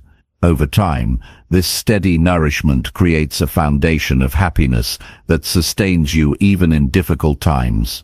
It's natural to feel resistance or guilt when prioritizing joy, especially if you've been conditioned to equate productivity with worth. Challenging these beliefs is crucial for your well-being. Recognize that rest, pleasure, and play are not indulgences but necessary parts of a healthy life. When you honor joy, you increase your capacity to contribute meaningfully to others and to the world. You become a more present, compassionate, and energized version of yourself. Joy also cultivates gratitude and optimism. When you engage in activities that bring you happiness, you create positive experiences that accumulate over time. These experiences remind you that life has goodness, even amidst difficulties. This perspective helps you maintain hope and resilience when facing setbacks. Joy isn't naive or superficial, it's a deliberate choice to notice and celebrate what is good now. To deepen your investment in joy, practice self-awareness regularly. Notice how different activities affect your mood and energy. Keep a journal or mental log of what brings you satisfaction and why. Use this information to refine your choices and prioritize what truly serves your happiness. This ongoing process strengthens your connection to your authentic self and enhances your ability to make decisions aligned with your well-being. Finally, remember that investing time in joy is a lifelong commitment to yourself. It requires patience, curiosity, and courage to keep exploring and evolving. Your needs and interests may change, and that's natural. Embrace this fluidity and allow joy to guide you toward growth and fulfillment. When you consistently choose joy, you build a life rooted in authenticity, resilience, and deep satisfaction. This investment is one of the most generous gifts you can give yourself. Chapter 12. Surround yourself with people who support growth. The people you spend your time with have a profound impact on your mindset, habits, and overall direction in life. Surrounding yourself with individuals who support your growth is one of the most intentional choices you can make to foster continuous improvement. These relationships become a foundation that uplifts you when you struggle, challenges you when you get comfortable, and inspires you to aim higher. When you choose to be around people who encourage your best self, you create an environment where progress feels natural and possible. Supportive people don't simply cheer from the sidelines, they actively contribute to your development. They listen without judgment, offer honest feedback, and celebrate your successes without envy. This kind of encouragement makes it easier to take risks and face obstacles because you know you have allies. In contrast, surrounding yourself with negative or stagnant individuals can drain your energy and keep you stuck in patterns of self-doubt or complacency. Your social circle shapes your beliefs about what's possible and what you deserve. Choosing to be around growth-minded people also means evaluating your current relationships honestly. Some friendships or associations may have served you in the past, but no longer align with where you want to go. It's okay to let go of connections that limit your potential or bring more harm than good. This doesn't mean cutting people off harshly. It means setting boundaries and prioritizing your well-being. Sometimes, the healthiest thing you can do is create space for new influences that inspire transformation. Growth-oriented people tend to have qualities that encourage your own development. They are curious and open-minded, always seeking knowledge and improvement. They practice empathy and understanding, creating safe spaces for vulnerability and honest conversations. They are resilient, modeling how to handle failure and setbacks with grace.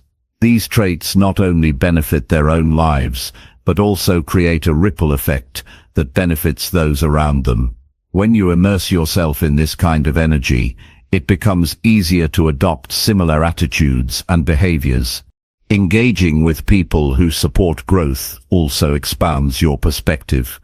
They challenge your assumptions and invite you to consider new ideas.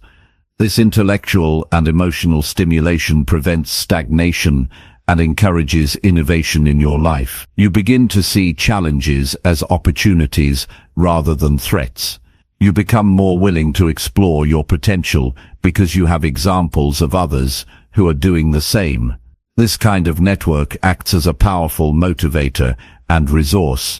It's important to be proactive in building these supportive relationships. Sometimes growth-minded individuals aren't immediately present in your current environment. You may need to seek out communities, groups, or mentors that align with your values and goals. This could be through educational workshops, professional networks, online forums, or local interest groups. Taking the initiative to connect with people who inspire you demonstrates your commitment to your own growth. It signals that you are ready to be part of a community that elevates rather than limits you. Supporting others' growth is also a vital part of this dynamic. Relationships thrive when there is mutual encouragement and generosity.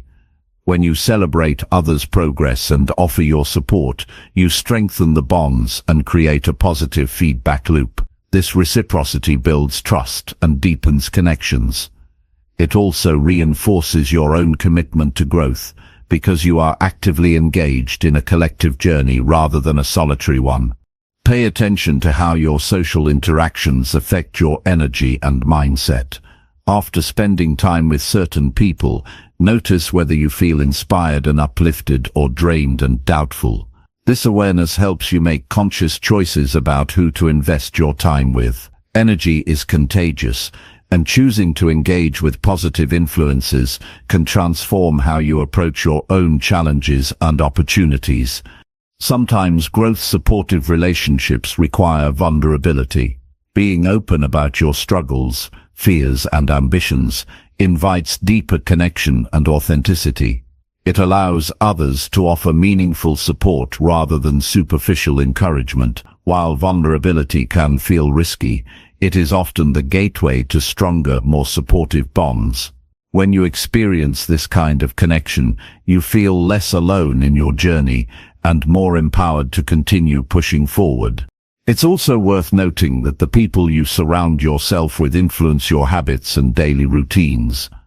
Growth-minded individuals often have productive practices and positive mindsets that rub off on those around them. Being part of such a circle encourages you to adopt healthier habits, whether related to work, self-care, or learning.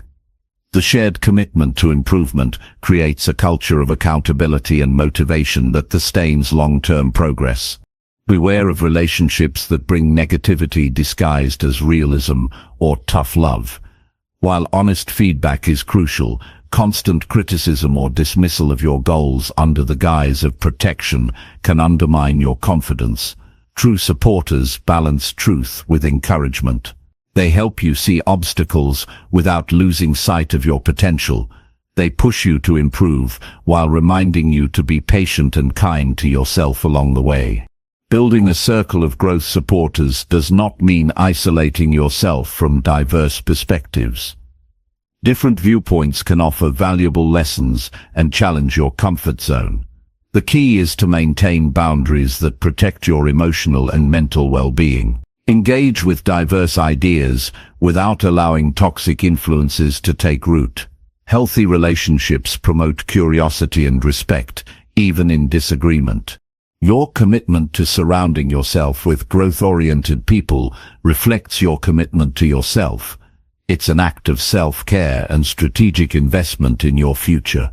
The company you keep shapes not only your opportunities but also how you see yourself. Being part of a community that believes in potential and transformation encourages you to believe in yourself.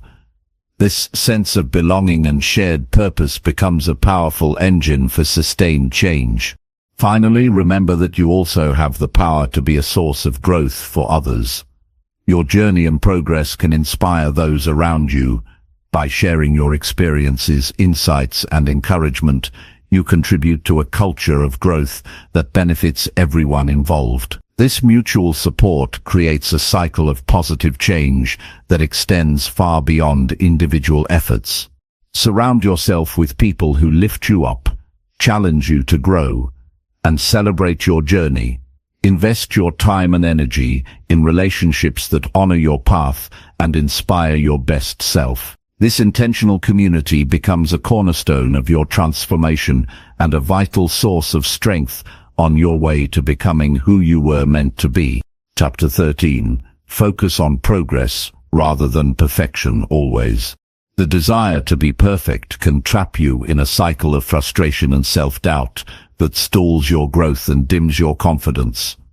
Striving for perfection often sets impossible standards that leave you feeling like you never measure up. Instead, focusing on progress shifts your attention to the steps you take every day. No matter how small, that move you closer to your goals. This approach nurtures resilience and patience, helping you appreciate your efforts and build momentum. When you embrace progress rather than perfection, you create a sustainable path toward improvement without the weight of unrealistic expectations. Progress acknowledges that growth is a process, not a destination. It means recognizing that mistakes and setbacks are natural parts of learning, not signs of failure. This perspective allows you to be kinder to yourself and less afraid to try new things. When you focus on progress, you give yourself permission to be imperfect and to learn along the way. This freedom reduces anxiety and makes it easier to start, continue, and persist in your endeavors. Instead of being paralyzed by fear of making a wrong move, you become motivated by every step forward. Perfectionism often disguises itself as discipline or high standards, but it can quickly become a barrier. It encourages all or nothing thinking, where anything less than flawless feels like defeat. This mindset creates unnecessary pressure and robs you of the joy found in the journey. Progress, on the other hand, celebrates every effort and improvement, creating positive reinforcement that fuels further action.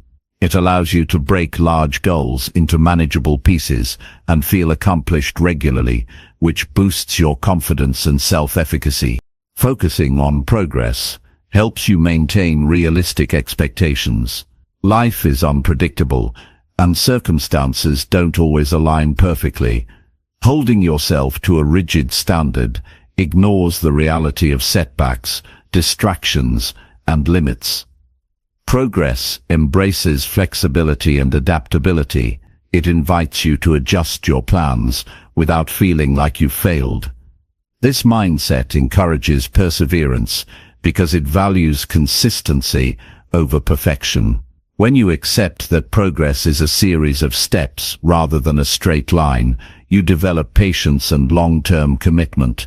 One practical way to focus on progress is by setting small, measurable goals. These mini-goals act as checkpoints that let you see tangible results. Each time you meet one, it confirms that you are moving forward, which strengthens your motivation. Tracking your progress visually, such as with a journal or chart, can make these achievements more concrete. It's easier to stay motivated when you can see how far you've come, instead of only imagining a distant ideal. Celebrate your efforts and improvements regularly. Acknowledging progress builds positive habits and rewires your brain to seek growth. This practice reduces the tendency to dwell on imperfections or shortcomings. When you recognize and reward progress, you reinforce your belief in your ability to change and improve. Over time, this positive feedback loop fosters resilience and optimism, making challenges easier to face and setbacks easier to recover from. It's important to remember that progress isn't always visible or dramatic. Sometimes it's a quiet shift in mindset, a subtle change in behavior, or a small act of courage. These moments are just as valuable as major milestones. Appreciating incremental improvements cultivates a sense of achievement that sustains your drive. It teaches you to value effort and persistence, which are the true engines of growth. Comparing your journey to others can undermine your focus on progress. Social media and external appearances often highlight perfection rather than the behind-the-scenes work. When you compare yourself to an idealized version of someone else, you risk feeling inadequate and discouraged. Instead, measure your progress against your own past self. Reflect on where you were before and recognize the growth you've made. This internal benchmark keeps you grounded and motivated. Another benefit of prioritizing progress is that it fosters learning and experimentation. When perfection is the goal, you may avoid trying new approaches for fear of failure. Progress invites curiosity and innovation. It encourages you to explore different strategies, learn from mistakes, and adapt your methods. This mindset transforms setbacks into valuable lessons rather than proof of incompetence. With progress as your focus, you develop a growth-oriented outlook that embraces challenges and thrives on continuous improvement. Focusing on progress also nurtures self-compassion. You become less critical and more understanding toward yourself. When you slip up or fall short, you don't see it as a personal flaw but as a normal part of the journey. This gentleness fosters emotional resilience and reduces stress. It creates a healthier relationship with yourself, where mistakes become opportunities for reflection rather than triggers for shame. Self-compassion supports sustainable growth by encouraging persistence rather than perfection.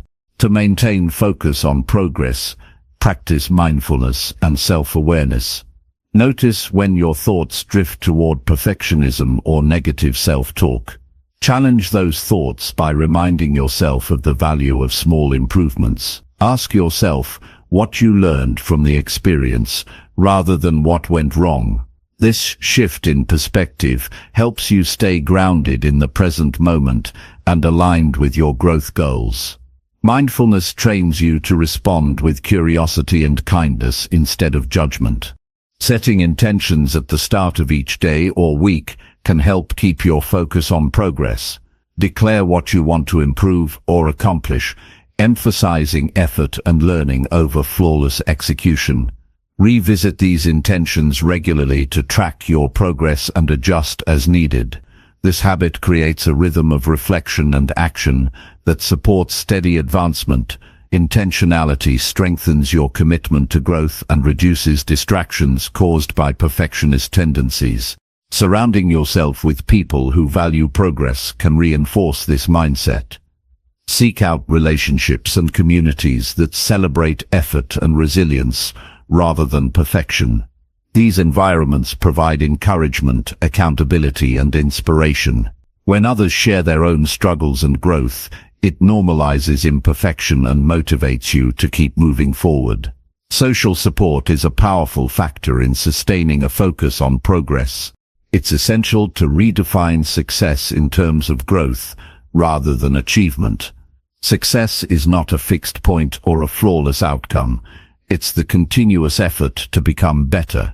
This redefinition frees you from unrealistic standards and opens the door to genuine fulfillment. When success is measured by progress, you acknowledge that every step, no matter how small, is meaningful. This mindset transforms your relationship with your goals and your sense of self-worth. In the end, focusing on progress rather than perfection creates a more enjoyable and sustainable path to growth.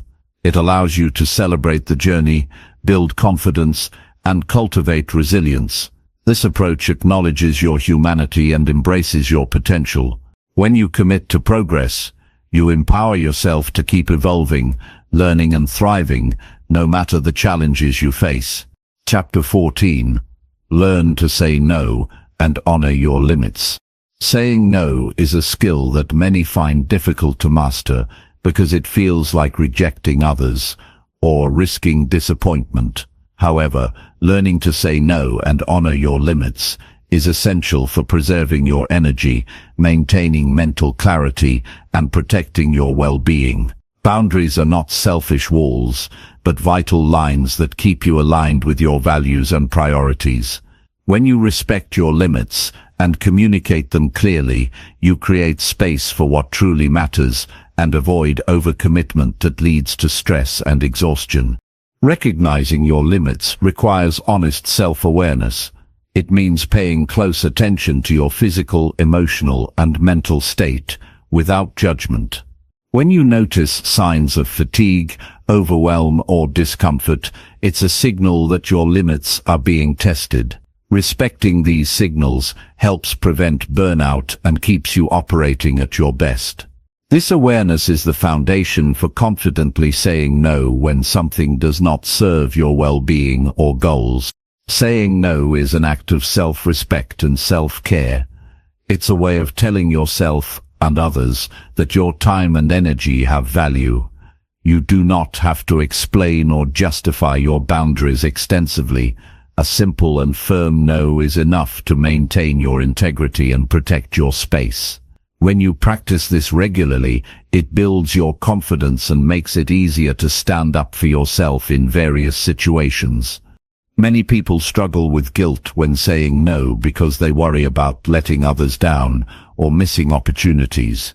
This guilt often stems from cultural or personal beliefs that equate kindness with compliance. True kindness includes honesty and care for yourself. Saying no does not mean you are uncaring. It means you are preserving your ability to contribute authentically and sustainably. When you honor your limits, you show up as your best self, which ultimately benefits everyone around you. Setting boundaries also means being clear about what you can and cannot take on. It's helpful to define your limits proactively so you are not caught off guard by requests or demands. This clarity allows you to respond thoughtfully rather than react impulsively. When you communicate your boundaries with respect and assertiveness, you reduce misunderstandings and build healthier relationships. Others learn to respect your limits and appreciate your honesty. Learning to say no involves practicing direct and kind communication. Avoid over-apologizing or making excuses that dilute your message. Instead, express your decision clearly and calmly. For example, saying, "I can't take this on right now," is straightforward and respectful. You can also offer alternatives or suggest a different time if appropriate. This approach shows that you are thoughtful but firm about your boundaries. Honoring your limits is not just about refusing others. It also means saying yes to yourself.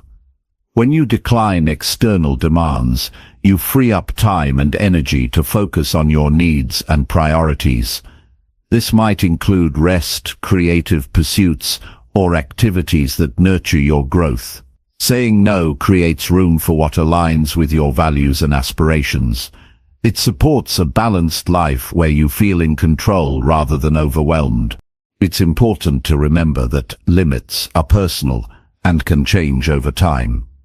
What feels manageable today might not be the same tomorrow, and that's okay. Regularly reassess your boundaries to ensure they reflect your current reality. Flexibility within limits allows you to grow while maintaining your well-being. Being in tune with your evolving needs helps you set boundaries that support your long-term health and success. Respecting your limits also includes monitoring your inner dialogue. Notice if you criticize yourself for saying no or pushing beyond your capacity. Replace harsh judgments with compassionate reminders that your limits are valid and necessary. This mindset shift fosters self-acceptance and strengthens your resolve to protect your boundaries. When you treat yourself with kindness, you build resilience and sustain your commitment to healthy limits. Learning to say no and honor your limits protects you from burnout and resentment. When you overextend yourself, you risk becoming exhausted and bitter, which affects your relationships and productivity. Boundaries help you maintain balance and clarity, making it easier to focus on what truly matters. They create a sustainable rhythm of giving and receiving that supports your well-being and personal growth. Practicing this skill can be challenging at first because it requires courage and sometimes facing pushback. Some people may resist your boundaries or try to guilt you into saying yes. Stay firm and remind yourself that your limits are non-negotiable. Seek support from people who respect your boundaries and encourage your growth. Over time, your consistent practice of saying no will earn respect and improve your overall quality of life. To strengthen your ability to say no, role-play scenarios where you practice declining requests. This rehearsal builds confidence and helps you find words that feel authentic and respectful. You can also prepare responses for common situations, making it easier to respond without hesitation. The more you practice, the more natural it becomes to honor your limits without anxiety or guilt. Reflecting on past experiences where you said yes when you wanted to say no can provide valuable insights. Consider how those decisions affected your energy, mood, and outcomes. Use these reflections to motivate yourself to set firmer boundaries in the future. Learning from experience is a powerful tool for developing healthier habits around saying no. Embracing your limits and saying no when needed is a form of empowerment. It demonstrates that you are the steward of your life and well-being. This empowerment leads to greater clarity, focus, and satisfaction. When you prioritize your health and values through boundaries, you create a strong foundation for personal growth and meaningful relationships. Ultimately, learning to say no and honor your limits is an essential step toward loving yourself more than anyone else. It is a practice of self-respect that protects your energy, nurtures your mental and emotional health, and enables you to live authentically. Chapter 15. Use setbacks as lessons to grow stronger. Setbacks are an inevitable part of life, yet they often feel like personal failures or dead ends. Viewing them through the lens of growth transforms these challenges into powerful opportunities for learning and resilience. Instead of letting setbacks discourage or define you, using them as lessons creates a mindset that embraces struggle as an essential step toward strength. This perspective shifts your focus from what went wrong to what can be gained, fostering a spirit of perseverance that builds character and fuels progress. The first step in turning setbacks into lessons is acknowledging the reality of the situation without denial or self-blame. It's natural to feel frustration or disappointment, but these emotions should not overwhelm your ability to reflect objectively. Accepting what happened allows you to assess the circumstances clearly and identify factors within your control. This honesty lays the groundwork for constructive action rather than reactive despair. Every setback contains valuable information about your strategies, decisions, or external conditions. Taking time to analyze what led to the outcome helps you uncover insights that might otherwise go unnoticed. Were there assumptions that didn't hold up? Did certain behaviors or habits contribute? Were external factors underestimated? Answering these questions with curiosity rather than judgment opens the door to meaningful learning. This process transforms a painful experience into a practical guide for future choices. Reflection alone isn't enough. Applying the lessons learned is crucial for growth. Use your insights to adjust your approach, refine your goals, or develop new skills. This active response demonstrates resilience because it requires adapting and moving forward despite difficulties. Growth through setbacks demands patience and persistence, as progress may be gradual. Each attempt, informed by past experience, brings you closer to success. Resilience is strengthened when you view setbacks as temporary obstacles rather than permanent failures. This outlook keeps you motivated and hopeful even when progress stalls.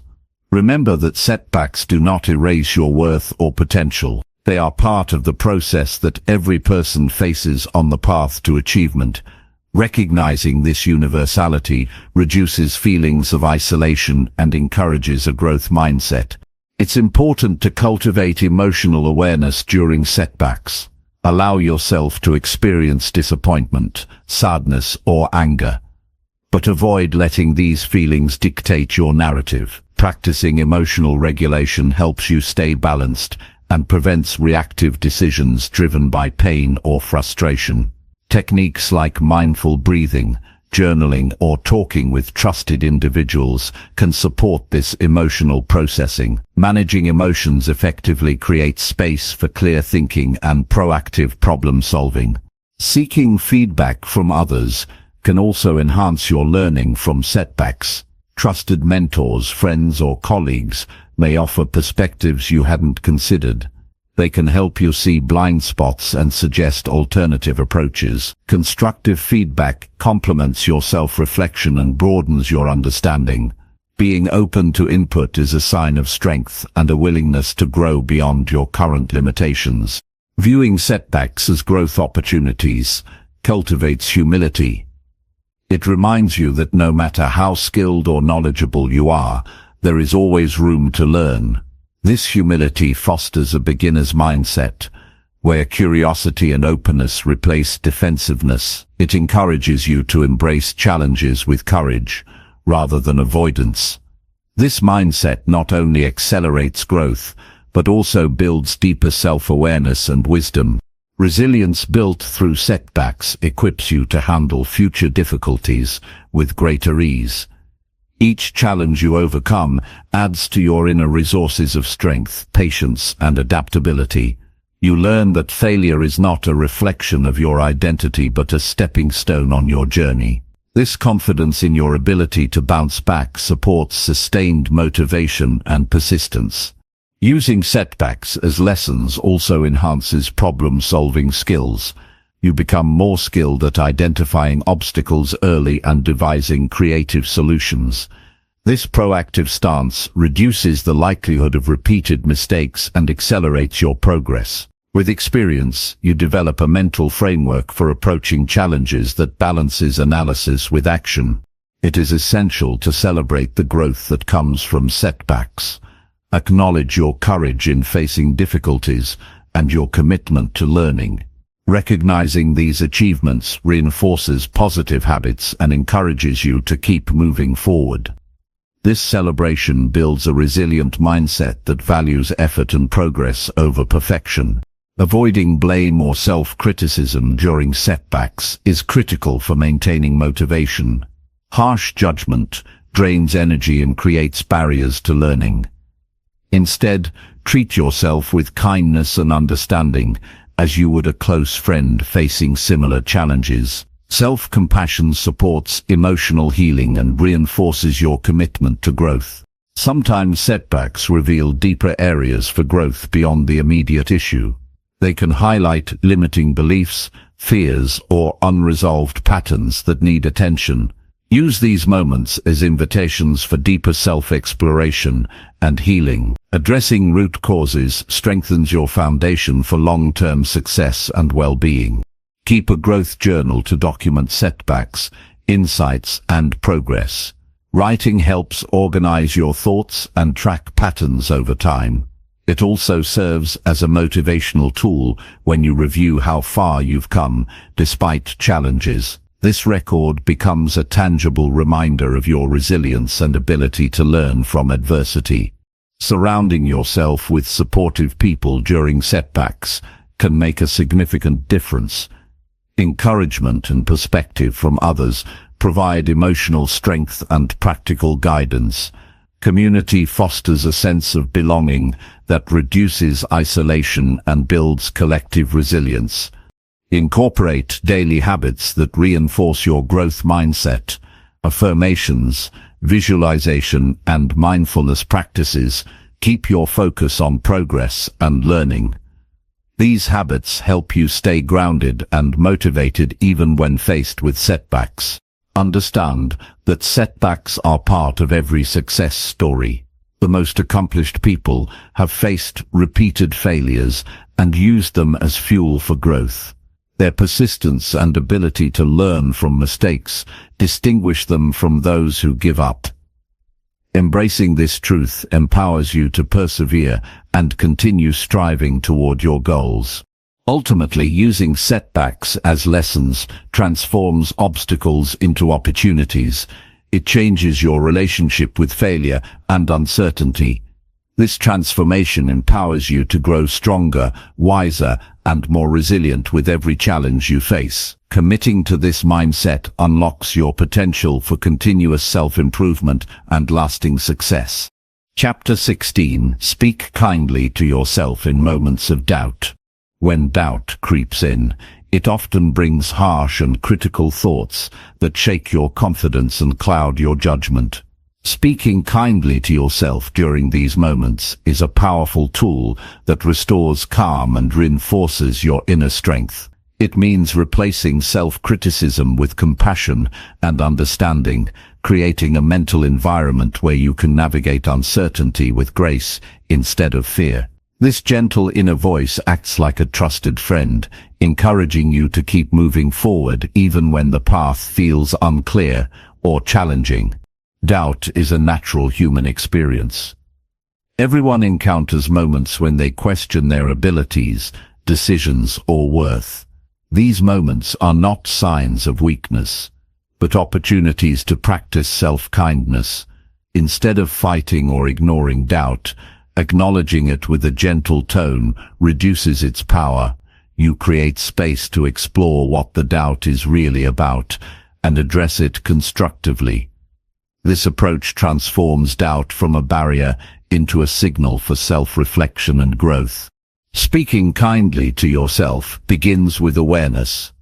Notice when your inner dialogue turns negative or judgmental. Pay attention to the specific words or phrases you use in these moments.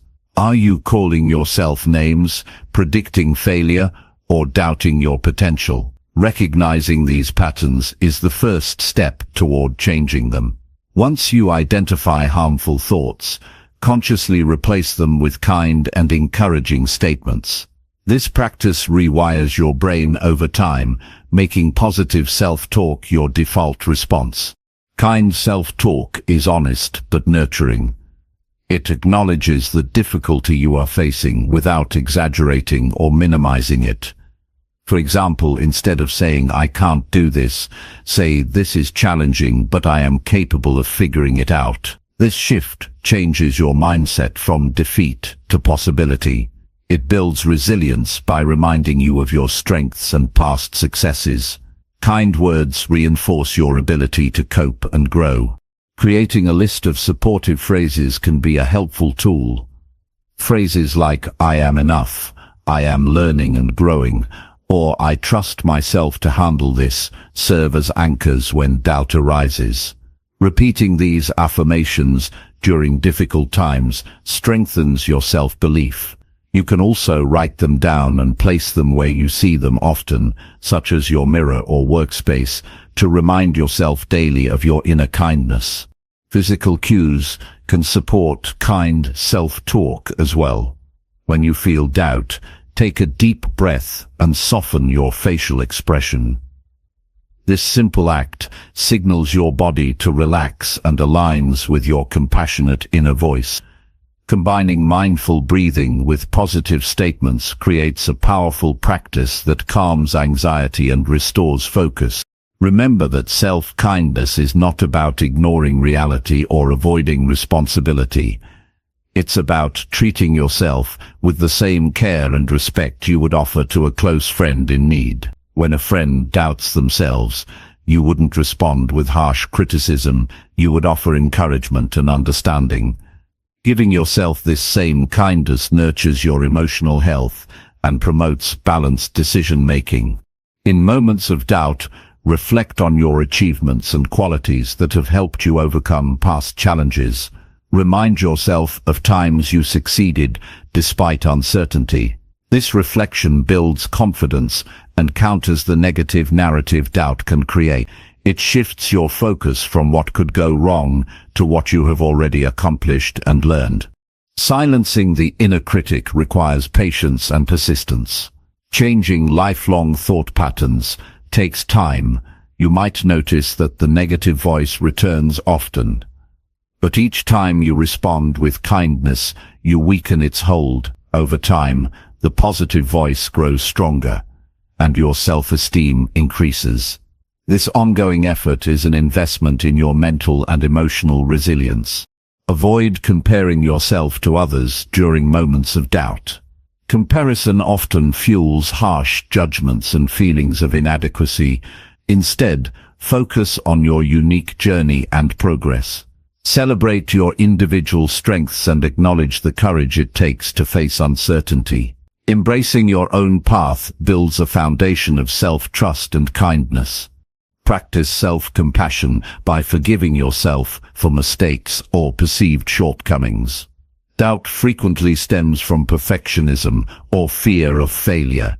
When you slip up or fall short, speak to yourself with understanding rather than blame. Recognize that errors are part of growth and do not diminish your worth. This forgiveness frees you from the paralysis of self-criticism and encourages continued effort. Building a daily routine that includes moments of self-kindness reinforces this habit. Set aside time for reflection, meditation, or journaling focused on positive self-talk. These practices deepen your connection to yourself and strengthen your inner support system. Consistency cultivates a mindset that responds to doubt with kindness automatically. Surround yourself with people who model kind communication and support your growth. Positive social environments encourage you to speak kindly to yourself by reflecting similar attitudes. When others express empathy and encouragement, it becomes easier to internalize those qualities. Community plays a vital role in shaping your self-talk patterns. In challenging moments, focus on what you can control and release what you cannot. Doubt often arises when faced with uncertainty or external factors beyond your influence. Redirecting your attention to your actions and mindset empowers you to respond constructively. Kind self-talk affirms your ability to navigate difficulties without getting overwhelmed. Recognize that self-kindness improves your overall well-being. Negative self-talk contributes to stress, anxiety, and depression, while positive self-talk enhances mood and motivation. Speaking kindly to yourself in doubt supports mental health by reducing the impact of harmful thoughts. This practice creates a more balanced emotional state conducive to growth and happiness. Celebrate your progress in cultivating kind self-talk. Each moment you respond to doubt with compassion strengthens your resilience. Acknowledge the courage it takes to change your inner dialogue and commit to ongoing practice. This celebration reinforces your dedication to loving yourself more deeply. Ultimately, speaking kindly to yourself during moments of doubt is a transformative practice. It shifts your relationship with uncertainty and nurtures your inner strength. Through gentle, honest, and supportive self-talk, you build confidence and resilience that sustain your growth. This habit becomes a foundation for navigating life's challenges with grace and self-respect. Chapter 17. Create a daily ritual that centers your spirit. Creating a daily ritual that centers your spirit is one of the most profound ways to nurture your well-being and strengthen your connection to yourself. A ritual is more than a routine. It's a deliberate practice that grounds you, restores balance, and aligns your energy with your intentions. When life's demands feel overwhelming, a consistent ritual becomes a sanctuary that refreshes your mind, body, and soul. This practice cultivates presence, clarity, and peace, empowering you to face each day with resilience and purpose. The first step in creating a ritual is to understand what centers you personally. Centering involves feeling grounded and calm amid life's fluctuations. It can take many forms depending on your preferences and needs. Some find it in quiet meditation, others in gentle movement or breathwork. The key is choosing activities that resonate deeply and bring a sense of calm and focus. This personal connection ensures your ritual feels meaningful and sustainable. Consistency is the foundation of a powerful ritual. Engaging in your chosen practice daily, even briefly, builds momentum and transforms it from a task into a cherished habit. This regularity trains your mind and body to enter a centered state more easily. Over time, your ritual becomes a reliable source of stability and renewal. No matter what challenges arise, the predictability of this moment offers comfort and reassurance. Begin with setting a specific time and place for your ritual. Designate a quiet corner or space where distractions are minimal. This physical environment signals to your brain that it's time to slow down and turn inward. Establishing a routine schedule, such as first thing in the morning or before bed, helps anchor the ritual in your daily life. Treat this time as non-negotiable, a sacred appointment with yourself that honors your need for balance. Start your ritual with a simple practice to transition from the noise of daily life to a state of centered awareness. This might be mindful breathing, focusing fully on your inhale and exhale. Breath is a powerful tool that instantly calms the nervous system and grounds your attention in the present moment. Taking slow, deep breaths resets your energy and prepares you for deeper connection. Incorporate elements that nourish your spirit and invite reflection. Journaling is an excellent way to express gratitude, clarify intentions, or release worries. Writing by hand allows your thoughts to flow freely and helps you process emotions. You can use prompts such as, "What am I grateful for today?" or "What do I want to focus on?" These questions cultivate awareness and set a positive tone for the day ahead. Movement is another valuable component of a centering ritual. Gentle stretching, yoga, or walking mindfully connects you with your body and promotes circulation and relaxation. Moving slowly with intention encourages mindfulness and helps release tension stored physically and mentally. This physical presence enhances your sense of being grounded and alive. Visualization can deepen your ritual by engaging your imagination in a purposeful way. Picture yourself embodying calm, confidence, or any quality you wish to strengthen. Visualize your goals and the steps you will take to achieve them. This mental rehearsal primes your subconscious mind for success and aligns your energy with your desires.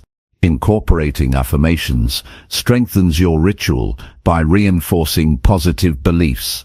Choose statements that resonate with your values and growth goals, such as, "I am centered and capable," or "I welcome peace and clarity." Repeat these affirmations aloud or silently with intention. This practice rewires your brain to focus on empowering thoughts and diminishes self-doubt. Creating space for silence and stillness within your ritual allows you to listen deeply to your inner voice. This quiet moment fosters intuition and self-awareness. It's a chance to observe your thoughts without judgment and connect with a sense of inner calm. Regularly engaging in silence cultivates mental clarity and emotional balance. Lighting a candle, burning incense, or playing calming music can enhance the sensory experience of your ritual. These sensory cues deepen relaxation and make the practice more enjoyable. Associating these elements with your ritual conditions your mind to enter a centered state more quickly and fully. Ending your ritual with a moment of gratitude anchors the practice in appreciation. Reflect on what you have experienced during the ritual and express thanks for the time and space you created for yourself. Gratitude shifts your mindset toward positivity and abundance, setting a constructive tone for the rest of your day. Flexibility is important in maintaining your ritual over time. Life circumstances may change, and your needs may evolve. Adapt your ritual by incorporating new practices or adjusting the duration to fit your current situation. This openness ensures the ritual remains relevant and supportive, rather than becoming a rigid obligation. Tracking your ritual practice can encourage commitment and provide insight into its impact. Use a journal or habit tracker to note when you complete your ritual and any changes you observe in your mood or energy. Seeing patterns of consistency and benefits reinforces your motivation to keep going. Sharing your ritual intentions with supportive people can deepen your commitment. When others understand the importance of your practice, they are more likely to respect your time and space. You might also find inspiration from others' rituals or form a community around shared practices, enhancing your sense of connection. A daily ritual that centers your spirit acts as an anchor during turbulent times. It cultivates resilience by providing a reliable way to reset and restore your balance. This grounding supports better decision-making, emotional regulation, and overall well-being. You become more capable of navigating stress without losing touch with your core. Over time, your ritual strengthens your relationship with yourself. It becomes a form of self-love, a daily reminder that your inner peace matters. This consistent care nurtures confidence and self-respect. You learn to prioritize your needs and honor your journey with compassion. Creating this sacred time for yourself invites a deeper sense of meaning and purpose into everyday life. It helps you move beyond reacting to circumstances and toward intentional living. Centering rituals cultivate mindfulness, enabling you to respond to challenges with calm clarity instead of impulsive reactions. The cumulative effect of a daily ritual ripples through all areas of your life. Improved focus, reduced stress, and enhanced emotional balance translate into better relationships, productivity, and joy. This practice becomes a cornerstone of personal growth, providing a foundation from which you can thrive. Ultimately, a daily ritual that centers your spirit is a gift you give yourself. It honors your humanity and supports your evolution. By committing to this practice, you create a steady source of peace and strength that carries you through life's ups and downs. This ritual grounds you in your true self and empowers you to live with intention and grace. Chapter 18. Visualize your best self and work toward it. Visualizing your best self is a transformative practice that shapes your mindset and fuels your progress toward meaningful growth. This process begins with a clear and honest picture of who you want to become, your values, strengths, and the qualities you aspire to embody. By regularly imagining this version of yourself, you create a mental blueprint that guides your actions and decisions. Visualization bridges the gap between your current reality and your potential, providing motivation and clarity on the path ahead. Start by imagining your best self in vivid detail. Picture how this version of you thinks, acts, and feels. Consider how you respond to challenges with confidence and resilience. Envision your daily habits, the way you treat others, and the energy you carry. The clearer and more detailed this image is, the more powerful it becomes. This mental rehearsal prepares your brain to align with your goals and adopt new behaviors naturally. Visualization works because the brain cannot fully distinguish between real and imagined experiences. When you vividly picture yourself succeeding or embodying desired traits, your brain activates the same neural pathways as if you were actually doing those things. This rewiring strengthens your belief in your potential and creates a positive feedback loop that encourages real-world effort. Over time, your mental image becomes a self-fulfilling prophecy. Consistency in visualization is key. Set aside time each day to focus on this practice, ideally during moments of calm or meditation. Close your eyes and immerse yourself in the experience. Feel the emotions associated with being your best self: pride, joy, calm, and determination. Engaging your senses makes the visualization more tangible and impactful. The more often you connect with this vision, the stronger your commitment to actualizing it. Alongside visualization, set concrete, achievable goals that reflect your best self. Break down larger aspirations into manageable steps to avoid feeling overwhelmed.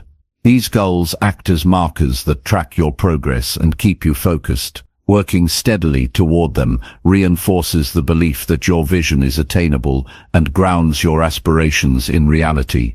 Accountability enhances the power of visualization.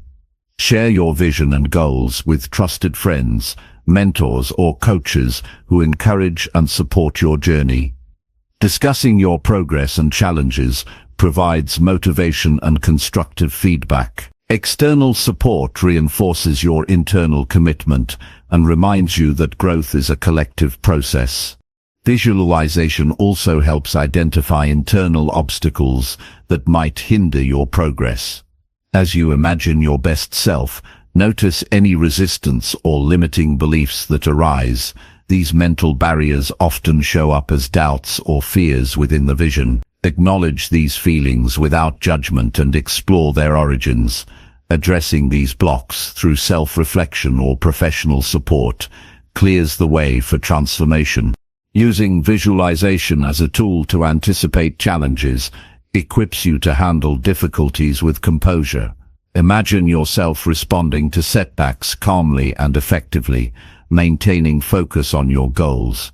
Preparing mentally for obstacles reduces anxiety and increases resilience. This proactive approach builds confidence in your ability to navigate uncertainty.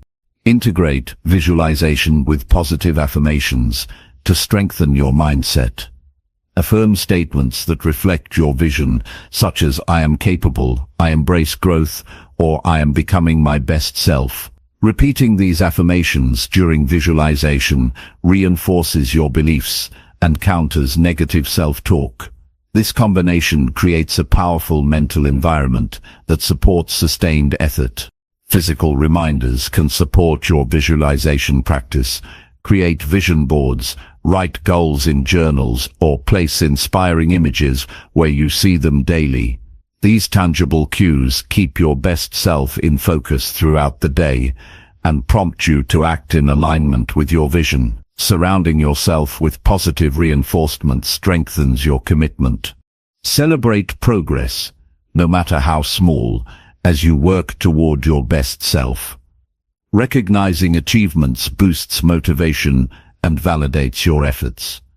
It also shifts your mindset from scarcity to abundance, reinforcing that growth is continuous and cumulative. This recognition nurtures patience and persistence, essential qualities for lasting change. Avoid perfectionism by embracing the journey rather than fixating on an ideal endpoint. Your best self evolves with experience and learning. Allow room for mistakes and growth without harsh judgment. This flexibility encourages experimentation and resilience, reducing fear of failure that can stall progress.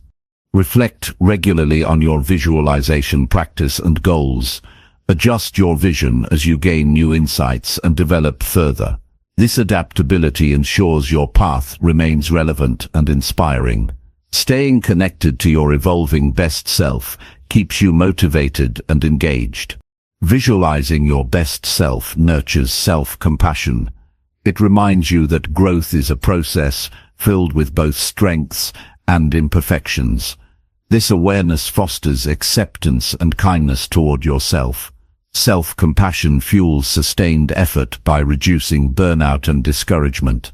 Use visualization to cultivate gratitude for your current strengths and accomplishments. Recognize how far you have come while holding space for future growth.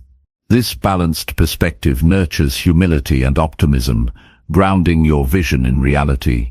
Ultimately, visualizing your best self and working toward it creates a dynamic roadmap for transformation. It empowers you to take deliberate steps, overcome obstacles, and align your life with your highest values. Through this practice, you become an active participant in your growth, shaping your identity and future with intention and clarity. This commitment to self-evolution unlocks your full potential and leads to a fulfilling, purpose-driven life. Chapter 19. Prioritize self-care without feeling selfish or weak. Taking care of yourself is essential, yet many struggle with the idea that prioritizing self-care is selfish or a sign of weakness. This mindset needs to change because caring for yourself lays the foundation for all other aspects of life. When you nurture your body, mind, and emotions, you strengthen your ability to face challenges, support others, and pursue your goals. Understanding that self-care is a vital act of responsibility rather than indulgence is key to living a balanced and fulfilled life. Self-care means recognizing your needs and giving them attention without guilt. It involves setting aside time and resources to nourish yourself physically, emotionally, and mentally. This practice is not about escaping responsibilities, but about restoring the energy and clarity necessary to handle them effectively. Prioritizing your well-being equips you with the resilience and strength needed to contribute meaningfully in all areas of life. Many people feel hesitant to engage in self-care because they worry about being perceived as selfish or weak. This belief often stems from societal expectations or past experiences that glorify self-sacrifice and constant productivity. Challenging these ideas requires a shift in perspective. Caring for yourself is a courageous choice that demonstrates self-respect and wisdom. It is the foundation of true strength, not a sign of failure or inadequacy. Start by identifying specific self-care activities that recharge and nurture you. These can be simple daily habits like getting enough sleep, eating nourishing food, or taking breaks to rest. Emotional self-care might include journaling, meditation, or spending time in nature. Mental self-care could involve learning something new, setting boundaries, or engaging in creative pursuits. Recognizing these needs clearly helps you make deliberate choices to meet them. Establishing a self-care routine creates consistency and reinforces your commitment to yourself. This routine should be realistic and tailored to your lifestyle. It's better to start small and build gradually than to overwhelm yourself with unrealistic expectations. Regular practice, no matter how brief, accumulates benefits that improve your overall well-being. Setting boundaries is a crucial aspect of self-care. Learning to say no when demands exceed your capacity protects your energy and prevents burnout. Boundaries are acts of self-respect that honor your limits and priorities. Communicating them clearly and kindly allows you to maintain balance and prevents resentment from building up. Self-care also means being mindful of your inner dialogue. Treat yourself with kindness and understanding, especially during stressful times. Negative self-talk drains your energy and undermines your efforts. Affirmations and compassionate self-talk reinforce your worthiness and motivate you to continue prioritizing your well-being. Remember that self-care benefits those around you as well. When you are healthy and balanced, you can give more fully and authentically to others. Neglecting your needs often leads to exhaustion and decreased ability to support loved ones or perform effectively at work. Viewing self-care as a service to both yourself and others helps dissolve feelings of selfishness. Physical activity is a powerful form of self-care. Movement releases tension, boosts mood, and improves health. Choose activities you enjoy to make this practice sustainable. Whether it's walking, dancing, yoga, or sports, regular exercise strengthens your body and mind, enhancing your overall resilience. Sleep is another critical pillar of self-care. Prioritize sufficient rest to support cognitive function, emotional regulation, and physical recovery. Establishing a consistent sleep schedule and creating a calming bedtime routine improves sleep quality. Recognize that rest is not laziness, but a necessary process for renewal. Nutrition plays a vital role in self-care. Nourishing your body with balanced meals fuels your energy and supports mental clarity. Mindful eating practices help you connect with your body's signals and develop a healthier relationship with food. Avoiding extreme diets or guilt around eating promotes sustainable habits. Taking breaks during the day refreshes your focus and prevents overwhelm. Even brief pauses for deep breathing or stretching can reduce stress and increase productivity. Incorporate regular intervals of rest to maintain balance and prevent burnout. Emotional self-care involves acknowledging and expressing your feelings authentically. Seek support when needed, whether through trusted friends, therapists, or support groups. Sharing your experiences relieves emotional burdens and fosters connection. Don't hesitate to ask for help. It is a strength, not a weakness. Engage in activities that bring joy and relaxation. Hobbies, creative pursuits, or simply spending time in nature replenish your spirit. Prioritize these moments as essential, not optional. They restore your sense of playfulness and wonder, contributing to a positive mindset. Mindfulness and meditation practices cultivate present moment awareness and reduce stress. These techniques improve emotional regulation and increase self-compassion. Regular practice enhances your ability to respond calmly to challenges and maintain inner peace.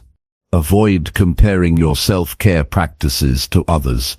Everyone's needs and circumstances are unique. Focus on what works best for you and adjust as necessary. Personalizing your self-care ensures it remains effective and meaningful. Forgive yourself for times when self-care is neglected. Life's demands can make consistent care challenging. Rather than dwelling on lapses, recommit to your well-being with kindness. Each moment is an opportunity to start anew. Recognize that self-care is a lifelong journey, not a destination. Your needs will evolve over time, requiring ongoing attention and adaptation. Embrace this process as a form of continuous self-love and growth. Celebrate the positive changes self-care brings to your life.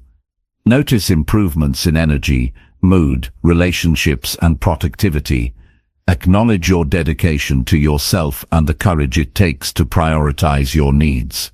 Ultimately, prioritizing self-care without guilt or hesitation is an act of empowerment. It honors your inherent worth and equips you to live fully and authentically. Embracing self-care nurtures resilience, balance, and joy, enabling you to navigate life's challenges with strength and grace. This commitment to yourself is a profound expression of love that supports your growth and well-being every day. Chapter 20. Commit fully to loving yourself through challenges. Loving yourself fully, especially during difficult times, is one of the most powerful commitments you can make. Life's challenges will test your resolve and your sense of self, but staying dedicated to self-love through these moments builds deep resilience and inner strength. It is a conscious decision to honor your worth regardless of external circumstances or internal struggles. This unwavering commitment becomes a foundation from which you can navigate hardships with grace and courage. When faced with adversity, it is easy to fall into self-criticism or doubt. The instinct to blame yourself or feel unworthy often grows louder during stressful periods. Yet, choosing to love yourself fully means consciously rejecting these negative voices. Instead, approach yourself with compassion and understanding.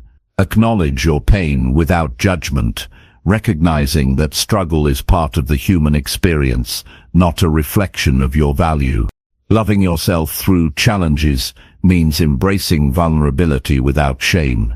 It requires accepting your imperfections and limitations while still believing in your potential. Vulnerability opens the door to authenticity, allowing you to connect with your feelings honestly and deeply.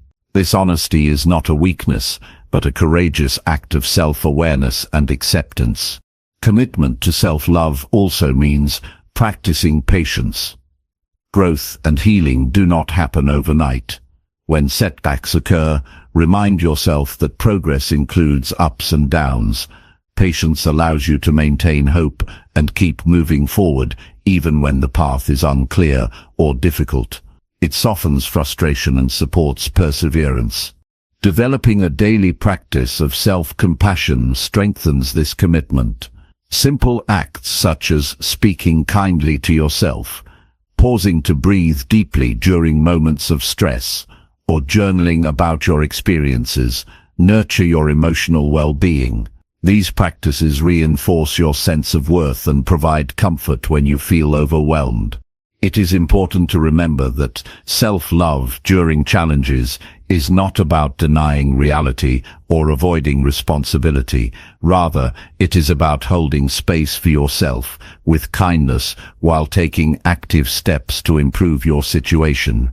This balanced approach fosters empowerment and accountability, creating a healthy foundation for growth. Surround yourself with supportive people who encourage your journey of self-love.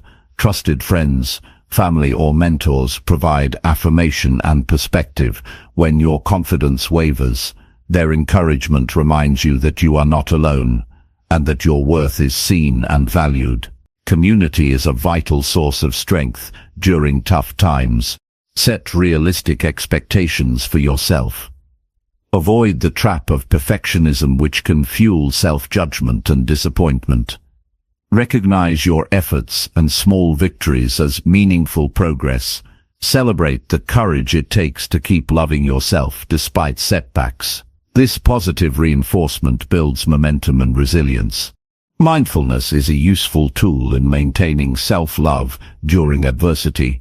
Observing your thoughts and feelings without judgment helps you detach from negative narratives. This awareness allows you to choose how to respond rather than react impulsively. Mindfulness creates a space of calm and clarity where self-love can flourish. When negative thoughts arise, challenge them with evidence of your strengths and achievements. Reframe mistakes as opportunities for learning rather than proof of failure. This shift in perspective nurtures optimism and reinforces your commitment to growth. Over time, positive self-perception becomes habitual. Taking care of your physical health supports your emotional resilience. Prioritize restful sleep, nourishing food, and movement to maintain energy and balance. Physical well-being and self-love are interconnected. Caring for your body signals respect and appreciation for yourself. Engage in activities that bring you joy and restore your spirit. Creative outlets, hobbies, or time in nature provide relief from stress and reconnect you to your passions. These experiences remind you of your worth beyond challenges and responsibilities. Practice forgiveness toward yourself. Holding on to guilt or regret drains energy and undermines self-love.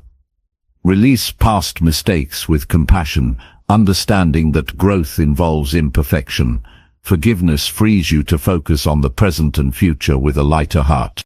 Visualize yourself overcoming obstacles and embodying resilience. This mental practice strengthens belief in your ability to face difficulties. Seeing yourself act with confidence and self-love inspires real-world action and determination. Remember that loving yourself fully is a radical act of defiance against a world that often equates worth with achievement or approval. It is an assertion of your intrinsic value independent of external validation. This recognition empowers you to live authentically and courageously. Commitment to self-love is reinforced by daily choices that align with your values and well-being. Prioritize your needs, set boundaries, and engage in nourishing habits consistently. These actions demonstrate respect and care for yourself, reinforcing your inner strength. Reflect regularly on your journey and acknowledge growth, no matter how gradual. This reflection builds gratitude and motivation, sustaining your commitment through challenges.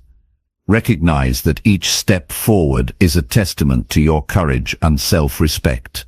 Trust in your capacity to adapt and heal. Life's difficulties may reshape you, but do not diminish your worth.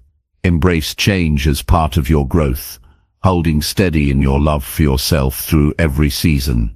Ultimately, committing fully to loving yourself through challenges transforms adversity into opportunity.